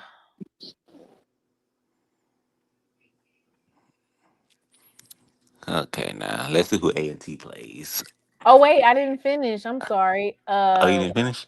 No, they play A&T towards the end, and then they play Stony Brook. Mm. And then A&T is playing Morgan State. Oh, okay. Oh. Competitive Dave said that needs to be a sellout game since you guys want them to move to the MEAC. He chooses the team that has the least amount of wins and no attendance for his gauge for whether or not returning back. Right. Then they play Georgia State, North Carolina Central. What do you think about the North Carolina Central and Georgia State game? Well, Walker Texas Rangers is out now, right? He's gone, right? I have not seen his declaration. Is he going for the draft? I don't. Did he get invited to the Legacy Bowl? Are you sure he doesn't have extra eligibility? I haven't heard anything. That'll be interesting. Then they play Campbell, Rhode Island. I don't know what that dog is. I don't know what that cat is. Norfolk, Elon, Monmouth, Hampton. So they're playing Norfolk and Morgan State and North Carolina Central and Hampton. Those are the HBCUs that they're playing. They might be able to pull out wins over there. Could it be Wofford, or is that a different team? Oh yeah, it might be. I don't know.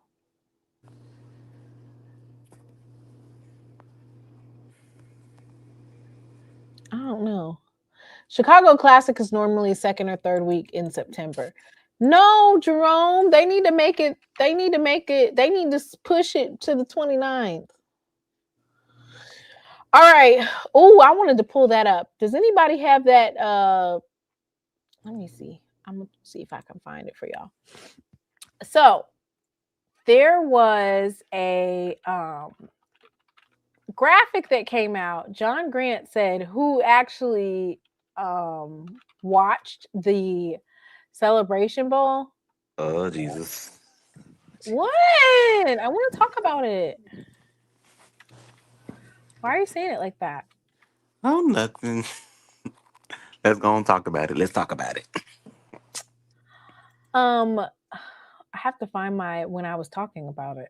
That's the problem. I have to find it. So it was interesting that over 60% of the people that were viewing were white people was watching it. More than black people was watching it. I think it says 63% of the 2.3 million or that peaked at 3 million. Let me see if I can find it so that I'm not like just, saying things out of thin air. Let me find it. Now, my only question is, how did he know, like, specifically the demographics and the percentage? That's all I want to know. Oh, they have all types of analytics that they're able to get. Here it is right here. Kyle T. Mosley. He's highlighting it. I'm going to put it on here. I was in shock. I was like, well, no, I wasn't in shock because I told you guys who watches these types of games. Y'all don't like to listen to me. 6, does that a 6 or a 3? Is that a 6 or a 5? It looked like a 6 to me. That is a 6. 63% of the viewership demographics of the, let me see how much that is. So they said it peaked at 3 million. So I'm going to do 3 million. Okay. So 1.89 million people that were watching were white. And then 750,000 black people. Y'all. So that's basically the entire city of Atlanta. What? No, but what I was trying to tell people, no hate involved, but what I basically said, this is what I said on Saturday night, which is that casual viewers watch bowl games like this and they gamble heavy on games like this. Like, it's a known fact that casual viewers, and I'm not going to say all 63% of the white people were gambling, but there is a large majority of folks that gamble on these types of games.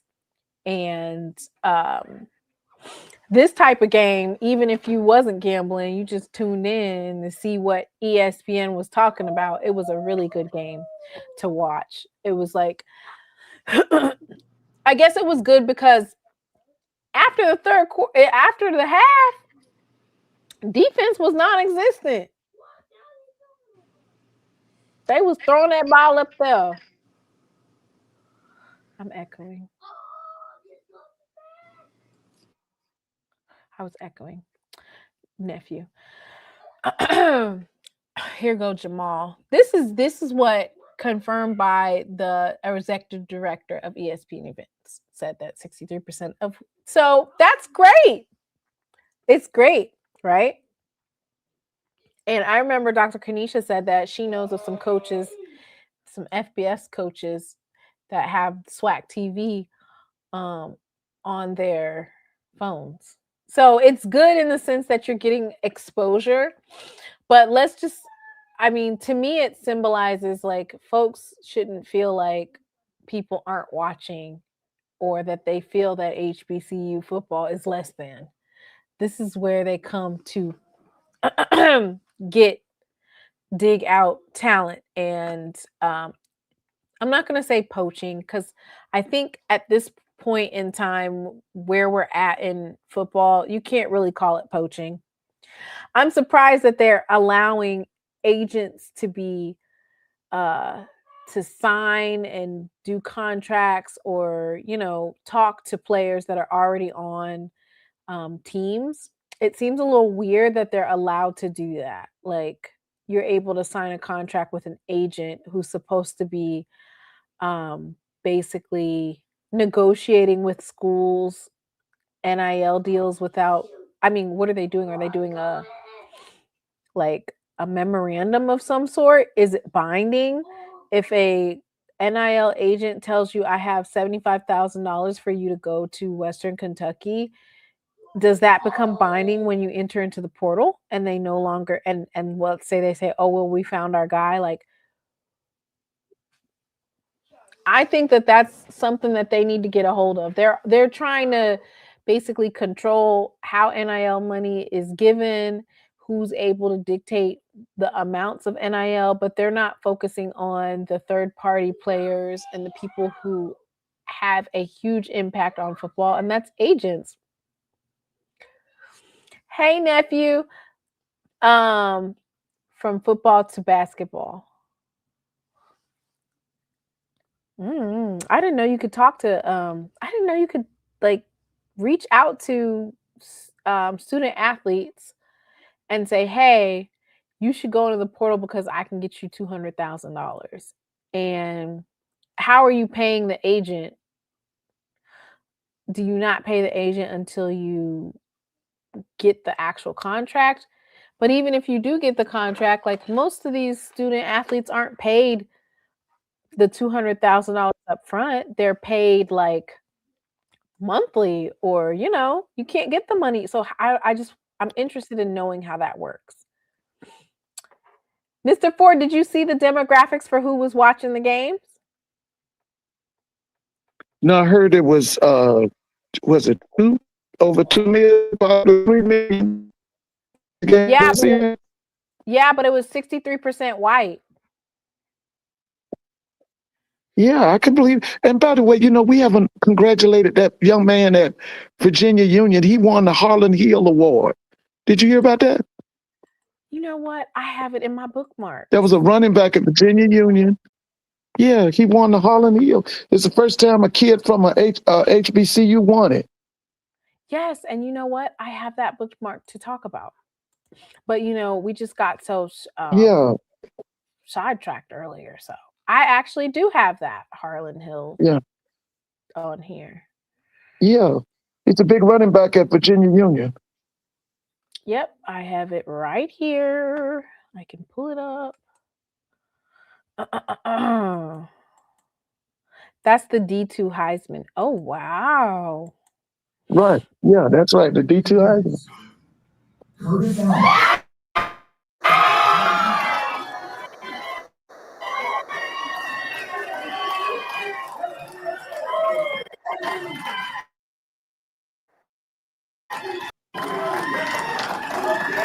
Here is Curtis Allen.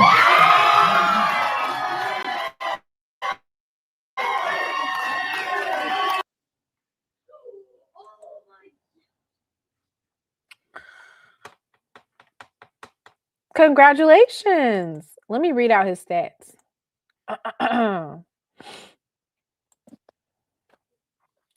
You said that the Harlan Hill is the D2 Heisman.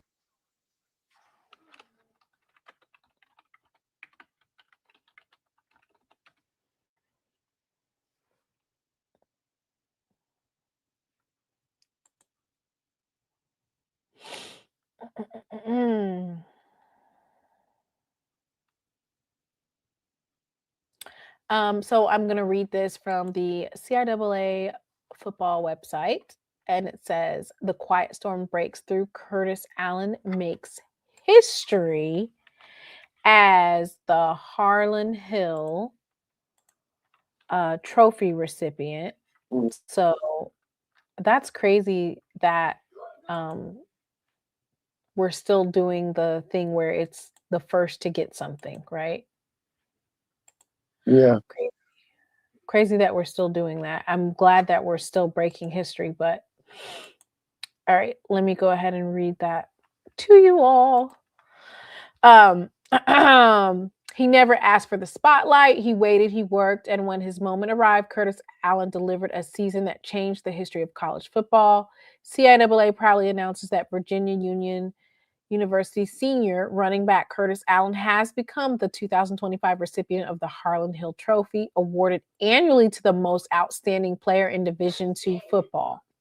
He becomes the first student athlete from Virginia Union, the CIAA, and any historically Black college or university to earn the sport's highest individual honor at the Division II level, making a breakthrough moment for HBCU football on a national stage. Curtis Allen earned this moment. CIAA Commissioner Jackie McWilliams Parker, he waited his turn, prepared relentlessly, and when the opportunity came, he delivered one of the most dominant seasons Division II football has ever seen. His consistency, humility, and competitive fire set him apart. And this honor is a reflection of the standard he carried every time he stepped on the field. And by the way, you know, there's a clamor for that coach at Virginia Union to go to Howard. Have you heard about that? No. It says yeah, there's some people saying he should go. Nationally known as Mr. 2K and inside the locker room as the Quiet Storm, he led all divisions in rushing yards, rushing touchdowns, rushing yards per game, scoring, and total touchdowns.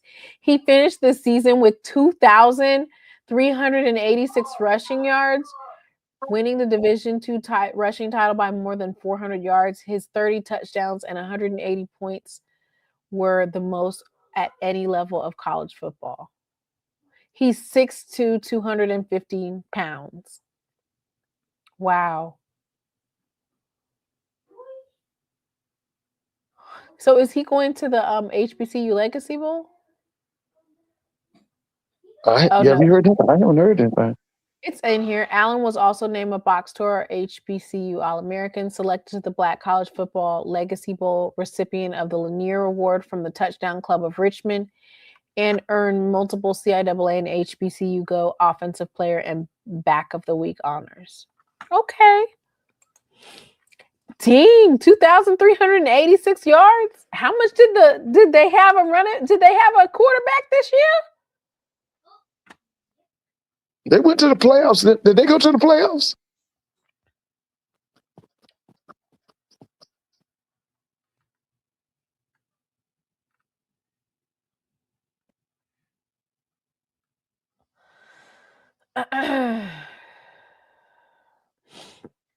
Tremaine said Curtis played football, not HBCU football.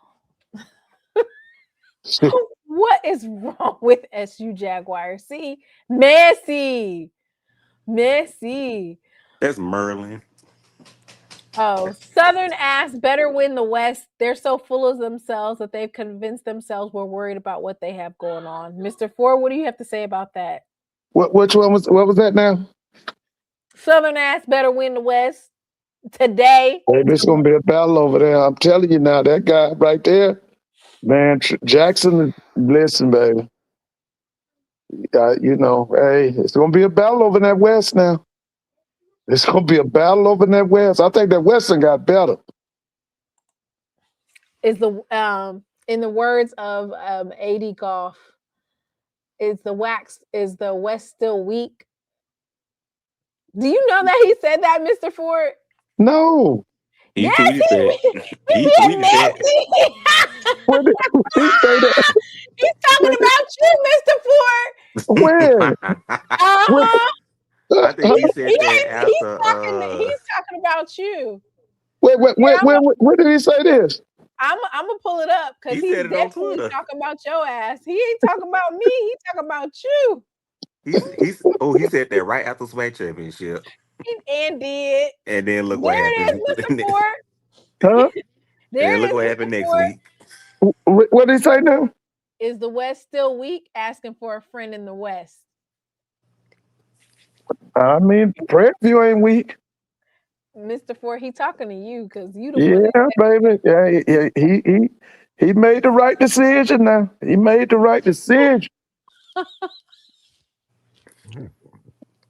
Oh yeah, they was weak as Sweetwater at one time, baby. and still is. No.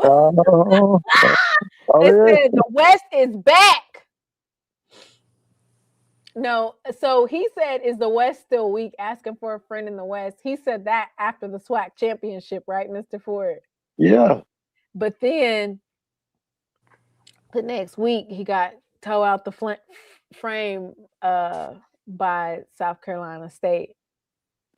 So folks was like, yeah, the West is still weak because we were on a win. SWAC was on a win streak with the Celebration Bowl. Yeah, they were. They had won with the last two. Last two. Last two, that's right. Jackson State. Because it's what is it, 6-4 now? What is it now? 7-3. Yeah. Grambling won. Grambling won. Jackson State. Jackson fam. So it's 7-3. Yeah. Okay. So he talking to you, Mr. Ford. Yeah, bro. Hey, listen, it's gonna be a dog fight over there in that West, baby. It's gonna be a dog fight over there. Yeah, I told you we could have 6 super teams next year. Who the 6? It's Jackson, Jackson, of course. Alabama State, FAM, could be Bethune, Prairie View, Southern. That's 6 right there, Mr. Ford. Yeah, but now So let me 6 and tell a you, possible. I still So say 6 and a now, possible. I'm waiting. Yep, 6 and a possible because I'm trying to see is Texas Southern gonna get better? I told you on the bubble is Alcorn. We got to see what Alcorn's gonna do. Listen. So there's 6 and 2 possibles. Yeah, listen, y'all. It's a lot to look forward to the next 8 to 9 months. I'm looking forward to January 2nd when that portal open up. I'm looking forward to that first Wednesday in February for them high school kids to sign. I'm looking forward to spring football. Mr. And Ford, then, they're not. I don't think they're doing that signing anymore because how are you doing? no, the black schools always sign their kids in February. Ain't they gonna do different now that the transfer portal? No, that's just the transfer portal is January 2nd through the 16th. But then you got the regular high school signing. That's the first Wednesday in February. Why you leave out Grambling, Mr. Ford? Oh, I'm looking. Listen, I didn't mean to leave out Grambling. Now you said when he was named head coach, you said the G-Men is back. The G-Men is I think back. we back. Listen, now I need to know if T-Set is back. I think we really gonna roll if T-Set's back. I haven't heard anything. I hadn't heard anything either. I know our defense is gonna be smoking with Jason Rollins. I know that. Oh, you know what? I did see something on there that I want to share. Grambling got one of their really good players back. He left and went. He went into the transfer portal and then he recommitted. Jawar Franklin, you remember him? Now, what position was that? Defensive lineman. I want to say I could have sworn he was playing at. I could have sworn he was playing at Grambling and then left. Or maybe he committed to Grambling and then decommitted when Coach Hugh Jackson left. I was about to say, was there with Hugh now? Because they say Hugh had some players down there. Everybody talks about that. Hugh had some players. let me see. I want to say that it was one of those. Either he committed and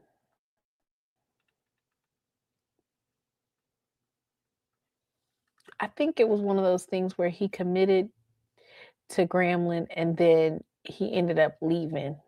Yeah, that's what it was. Anyway, his stats are, let me get his stats. 6'4", 300 defensive tackle, top 10 in JUCO. Whoa. That's a difference maker right there. He had committed to Grambling, and then I think when he had committed and then he decommitted. That's what happened. Okay.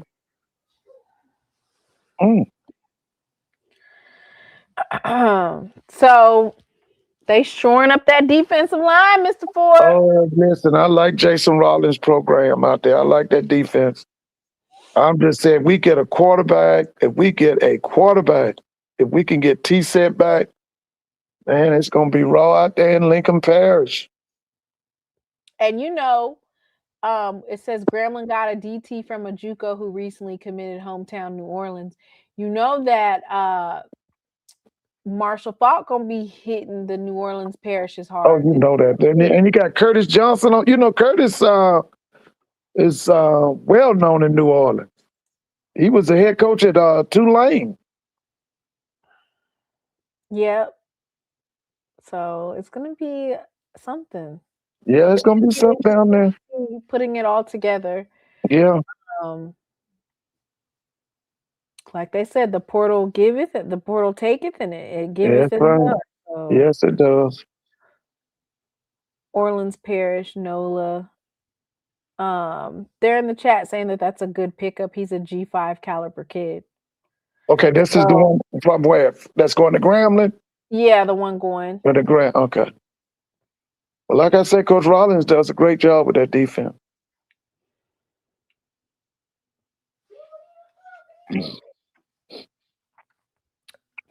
Mr. Ford, what are you doing for Christmas? Watching games with my family. Watching football. Yeah, I'm watching basketball. And then basketball on Christmas too. Yeah, we watch basketball, and I think that night the football comes on. You know, it's Kansas City and Denver, isn't it? Isn't Kansas City eliminated? Yeah, but Denver's defense coordinator is Mickey Joseph's brothers. You know, we watch him. Wait a minute, who? The defense coordinator for the Denver Broncos, that's Mickey Joseph's brother. Really? I didn't know that. Vance Joseph, I think his name. Ain't that right, y'all? That's my goodness. I didn't know that. Yeah, that's Mickey Ed Joseph. in the chat talking about Vance Joseph. Ed don't like the defensive coordinator for the Baltimore Ravens. Who is it now? Or I ain't been right with Baltimore since Ozzie Newsome quit. Whit said, I know you happy about getting a break from those badass kids. That's cool. Yes. Listen, I ran out of there with them, baby. When they ran out, I ran out of there with them. Man. Dude. Oh, they said, Ed said Ozzie is still in the front office, Mr. Ford. Yeah, but he ain't calling the shots like he was. You remember that's when they were dominant. When Ozzie was the general manager, they were just dominant. Because he drafted Lamar Jackson. That was him. Yeah, that was him. Good pick. Yeah. Well, so does that mean, are we coming on here on Tuesday? Let me see. By then, if some breaking news come out, then I guess. Oh, it's gonna be. Listen, the HBCUs are so hot. It's gonna be breaking news every day. You know that. By then, Queen Gray will do his opening. Yeah. They vote on it Tuesday. Did an offer today. He already did an offer today. His first. I got a friend of mine. They say that it's a quarterback coming from Jacksonville. He's coming from Raines High School. He's supposed to be the truth. He's coming to FAMU. They claim he is the truth. I got to get his name and also so I can do some film work on him. Touchdown Chicago Bears. Yeah. Yeah, they just tied it up. You ready for bed? All right. So Tuesday we'll come back and then we'll be done for. Do I have to come back on Saturday? What is Saturday? If we get breaking news, then yeah. What kind of breaking news? The only breaking news we getting ready to do. Football's over. We're transitioning to basketball. Now football is year round, baby. Football is year round. Football ain't over. You know it's gonna bring some breaking news now. Shoot, these people completing all these staffs and all that mess. We're gonna have our eggnog and with some brown liquor in it. And Mr. Ford, huh? You out of school, so ain't no excuses. You owe us for abandoning us. You abandoned what? You abandoned us, Mr. Ford. We was When did looking for you. When you was watching right along with everybody else, like you don't see people talking about where is Mr. Ford? When was this? When you said that I was happy, I was gloating. Oh yeah. I was at a graduation party. I heard you. I listened. You said that I was doing what, Mr. Ford? Oh, you was in hog heaven. You know, so hollering out all that crazy ass shit. You was in hog heaven. Oh, you was right. Oh yeah. I heard y'all. I was at a graduation party. You know, I told you my niece. She got her master's at Brunel University up in Gainesville, Georgia. She got a master's in nursing. And I was, the DJ was so good. Oh, the DJ was so good. I thought the DJ was going to play that, their music, that hollering and cussing and all that stuff. He played all the classics from the 70s and the 80s. I know that's right. Oh, I loved it. Mr. Ford, I ain't gonna lie. We ain't been trying to hear none of the breaking news that's been coming out recently. Listen, it's going to be some breaking news. I done told y'all. The only breaking news I've been hearing is who done entered into the transfer portal. I don't want to read that. Yes, that's going to be hot, child. But I was hurt today when I saw Travis's name. Then I picked up my phone about an hour later, and then it said Ashton Taylor. I was like, what is this? Leslie Frazier, assistant head coach of the Super Bowl bound Seattle Hawks. Oh, yeah, Seattle looks good. Didn't I see them last week? Because, I was thinking the Rams was the best team in the NFC. The Rams just got rid of their offensive coordinator mid-year. They got rid of somebody. They let him go. Was it the special teams guy? Oh, maybe it was special. I thought it was. They got rid of somebody. They sure did. I saw that. Oh, I wanted to say, rest in peace, of course, to Greg Biffle. Yeah. Are you familiar with him? Yeah, we know who Greg Biffle is.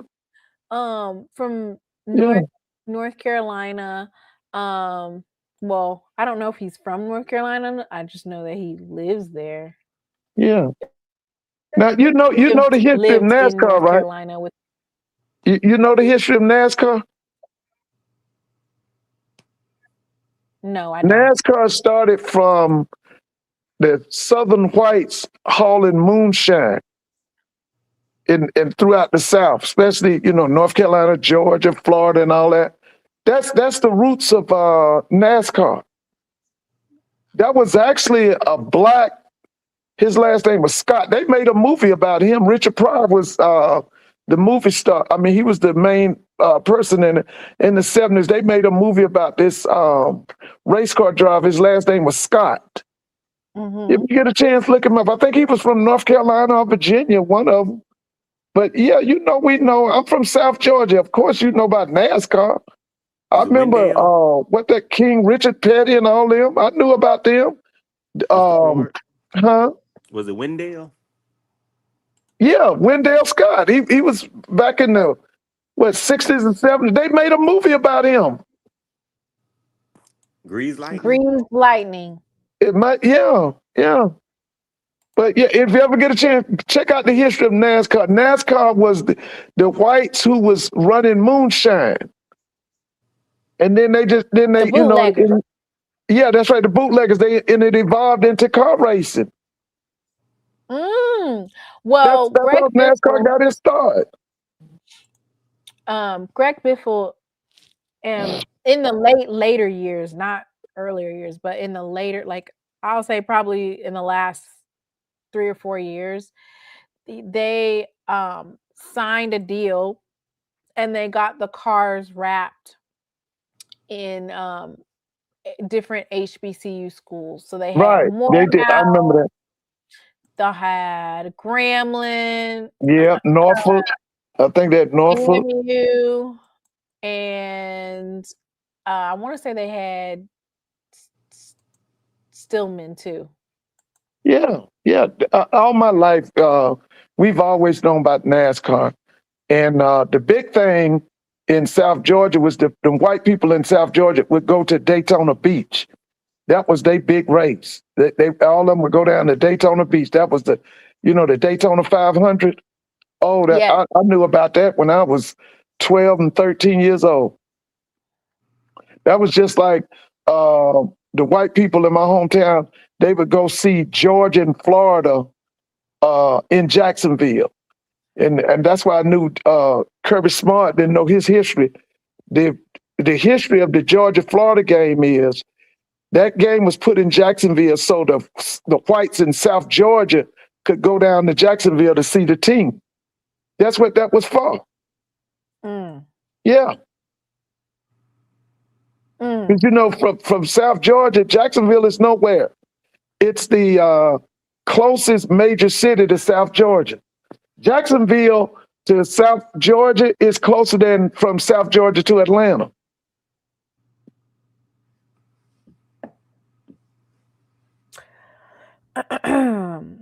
Well, so I guess I'll come back on Tuesday because Tuesday is the 20 what? That's not. Well, Thursday's Christmas, isn't it? Yeah, so I can come back on Tuesday. Yeah, it'll be a lot of news by then. Just like it is now. A lot of news. Moves being made. Mr. Ford, do you have any last words for the show? Anything you want to highlight before we? Yeah, I continue to say it. We are in a golden era of Black college football. I'm just so ecstatic and proud of Southern University for what they're doing. They put their money where their mouth is, and I hope they are successful. And by the way, Green Bay now, the running back for Green Bay is a kid who came from Fort Valley State. Last name is Wilson. He played for Coach Gibbs down at Fort Valley State. He's the running back for Green Bay right now.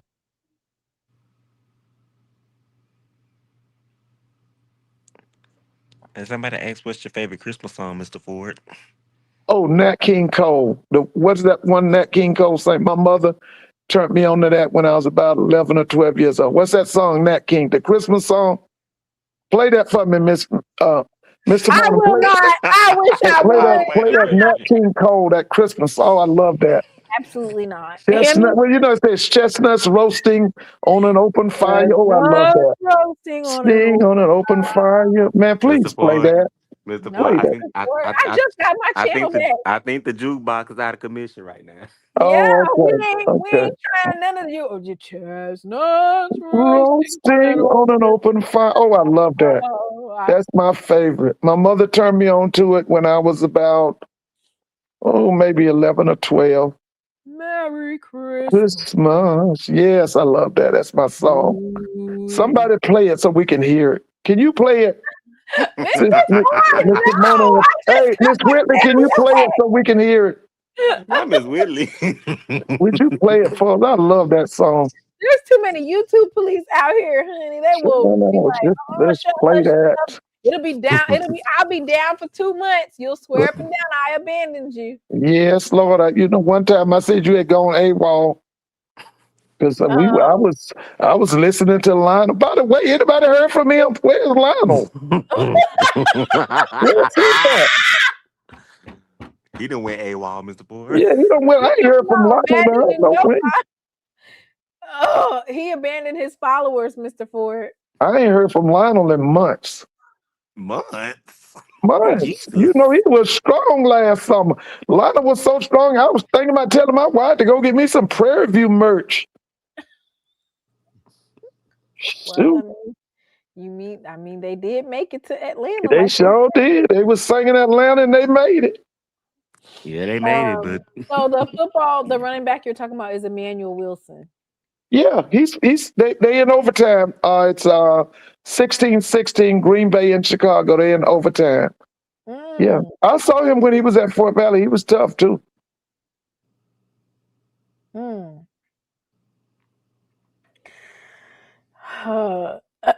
Yeah, Stock Talk said karaoke only, Mr. Ford. Oh, I wish somebody would play that song. That is nothing. I would too. I just got the channel back. Mr. Ford, I don't know. We might not be able to do. We was having a good old time too. I might not be able to do those like I used to.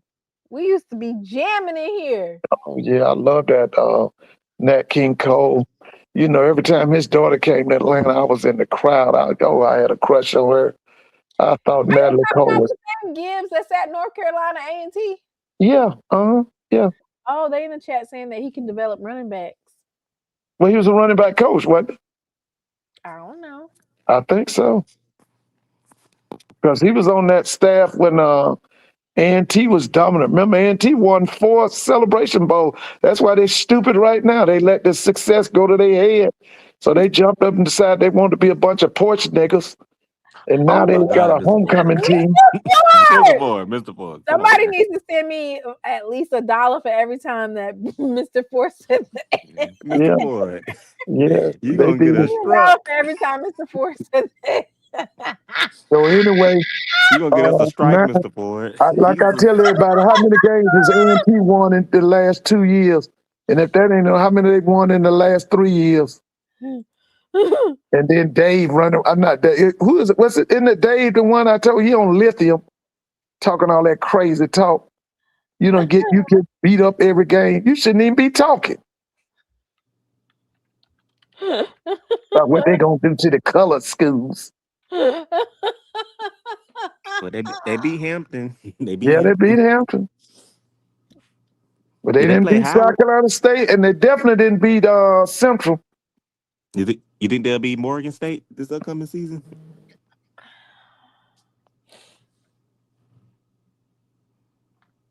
No. Mr. Ford? Well, I guess that means no.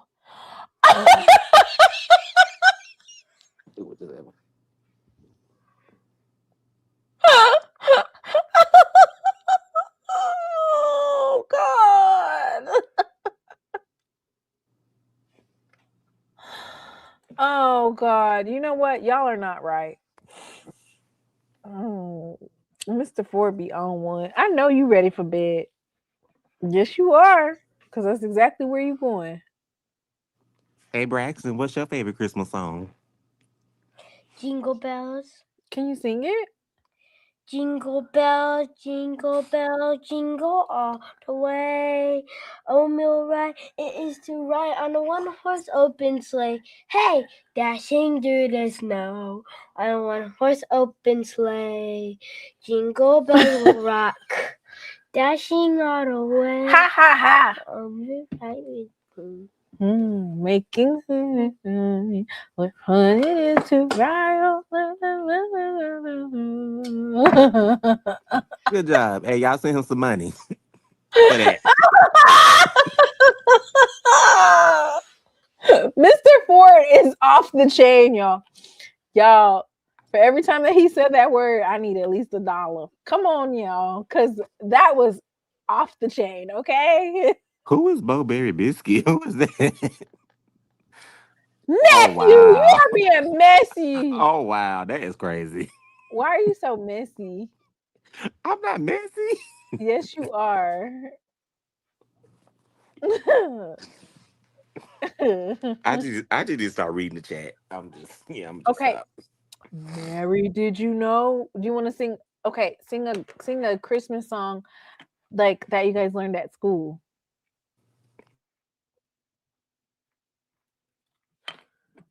Okay, I got him nervous. That's the only one you know? What about Mary? Did you know? Well, did you? Did you know?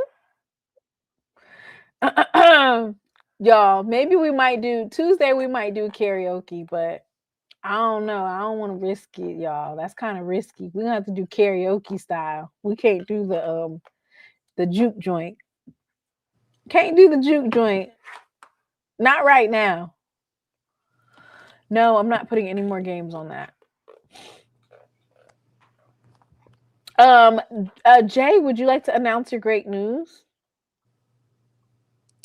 Don't you have some great news to announce? Do I? Yeah. Oh yes, I do. So so I officially got monetized on Facebook today. Congratulations. Uh-oh, I think the Bears won. Oh, they got another one? Touchdown, Chicago Bears. Wait, let me put that up there. I have this. Touchdown!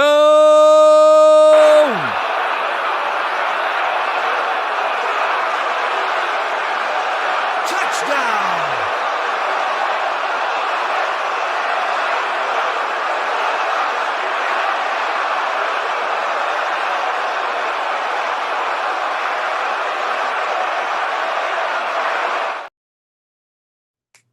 Okay, congratulations, nephew. Thank you. Oh, somebody said you can play free YouTube music, but I don't think that you can play that too. Isn't that copywritten as well? We want to play like, okay, so you know you can't play Mariah Carey, but we want to Yeah. play like the Nat King Cole, the old school Christmas songs.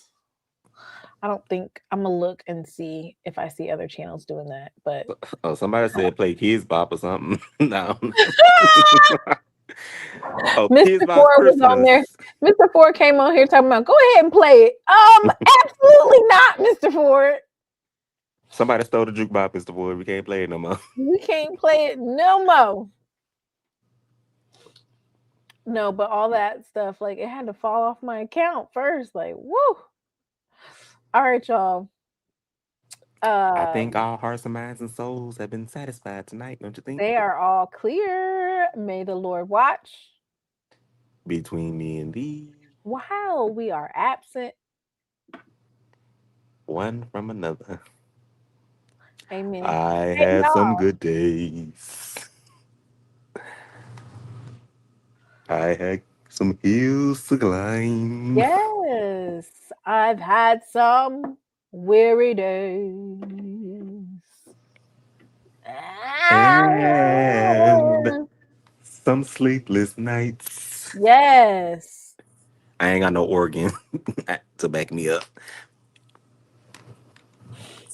Mr. Ford came on here and just was like, I got something to say. hey, Mr. Ford, wait a minute. Mr. Ford was like, hey, I need you to pull this up. I got something to say. Wait a minute, Mr. Ford. Pull this up for me. I got something to say. All right, let me make this clear. The views of the panel do not represent She Loves the podcast. They are opinions. Everybody has them. And, this is a platform where we share our opinions. It doesn't mean that they're, the views that everybody shares, Or a lot of people did share those.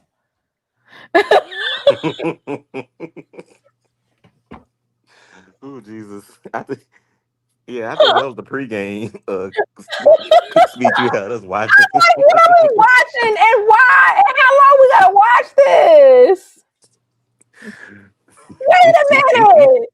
Willie said she Hey, look. Willie said she had 10 seconds left in her. I ain't had no more in me. I said, Lord, I said, Mr. Ford, I'm gonna have to look at the I'm gonna have to look at the captions. And then Blue get on here talking about some. I think that's the pregame. And they're Blue, like, oh Jesus. it's blue in here. It's blue in here. First of all, Blue, where is your FCS to FBS transfer portal tracker? What do we got going on here? I ain't seen nothing yet.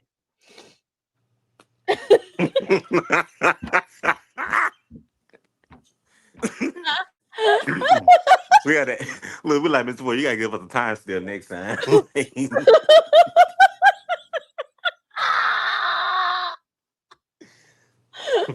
Oh my gosh. Oh Lord. But then when we found the clip and he told us, stop it right there. Stop it right there.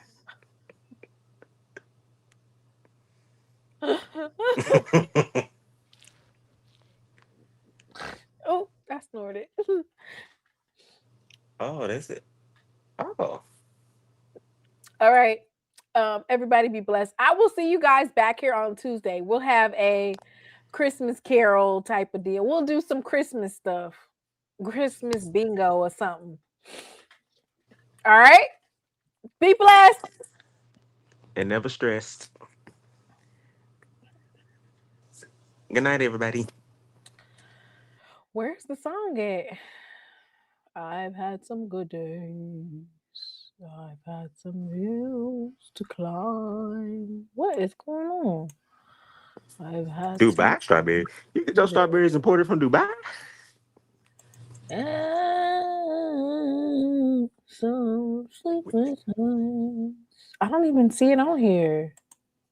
Oh, that done took the slide. Oh, no, Jesus. I found it. I got a computer. I got a computer, so I'm learning how to use it. I've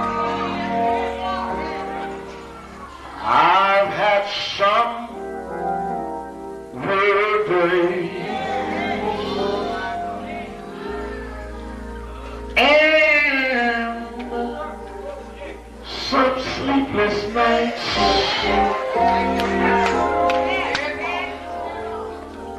But when I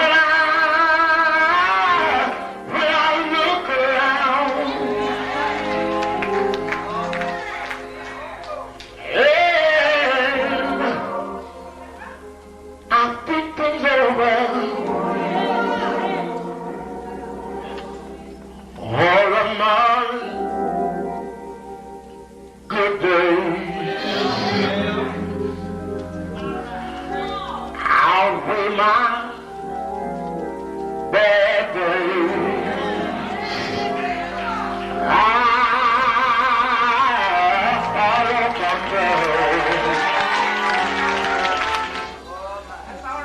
The clouds hang low.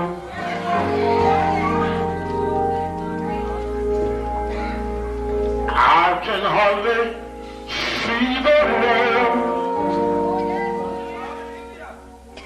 I ask the question, Lord. Lord, why so much pain? But He knows what's best for me.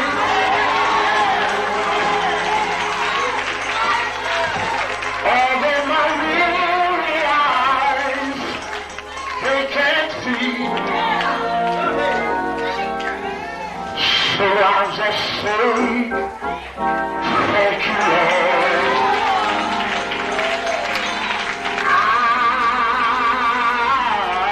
I won't complain.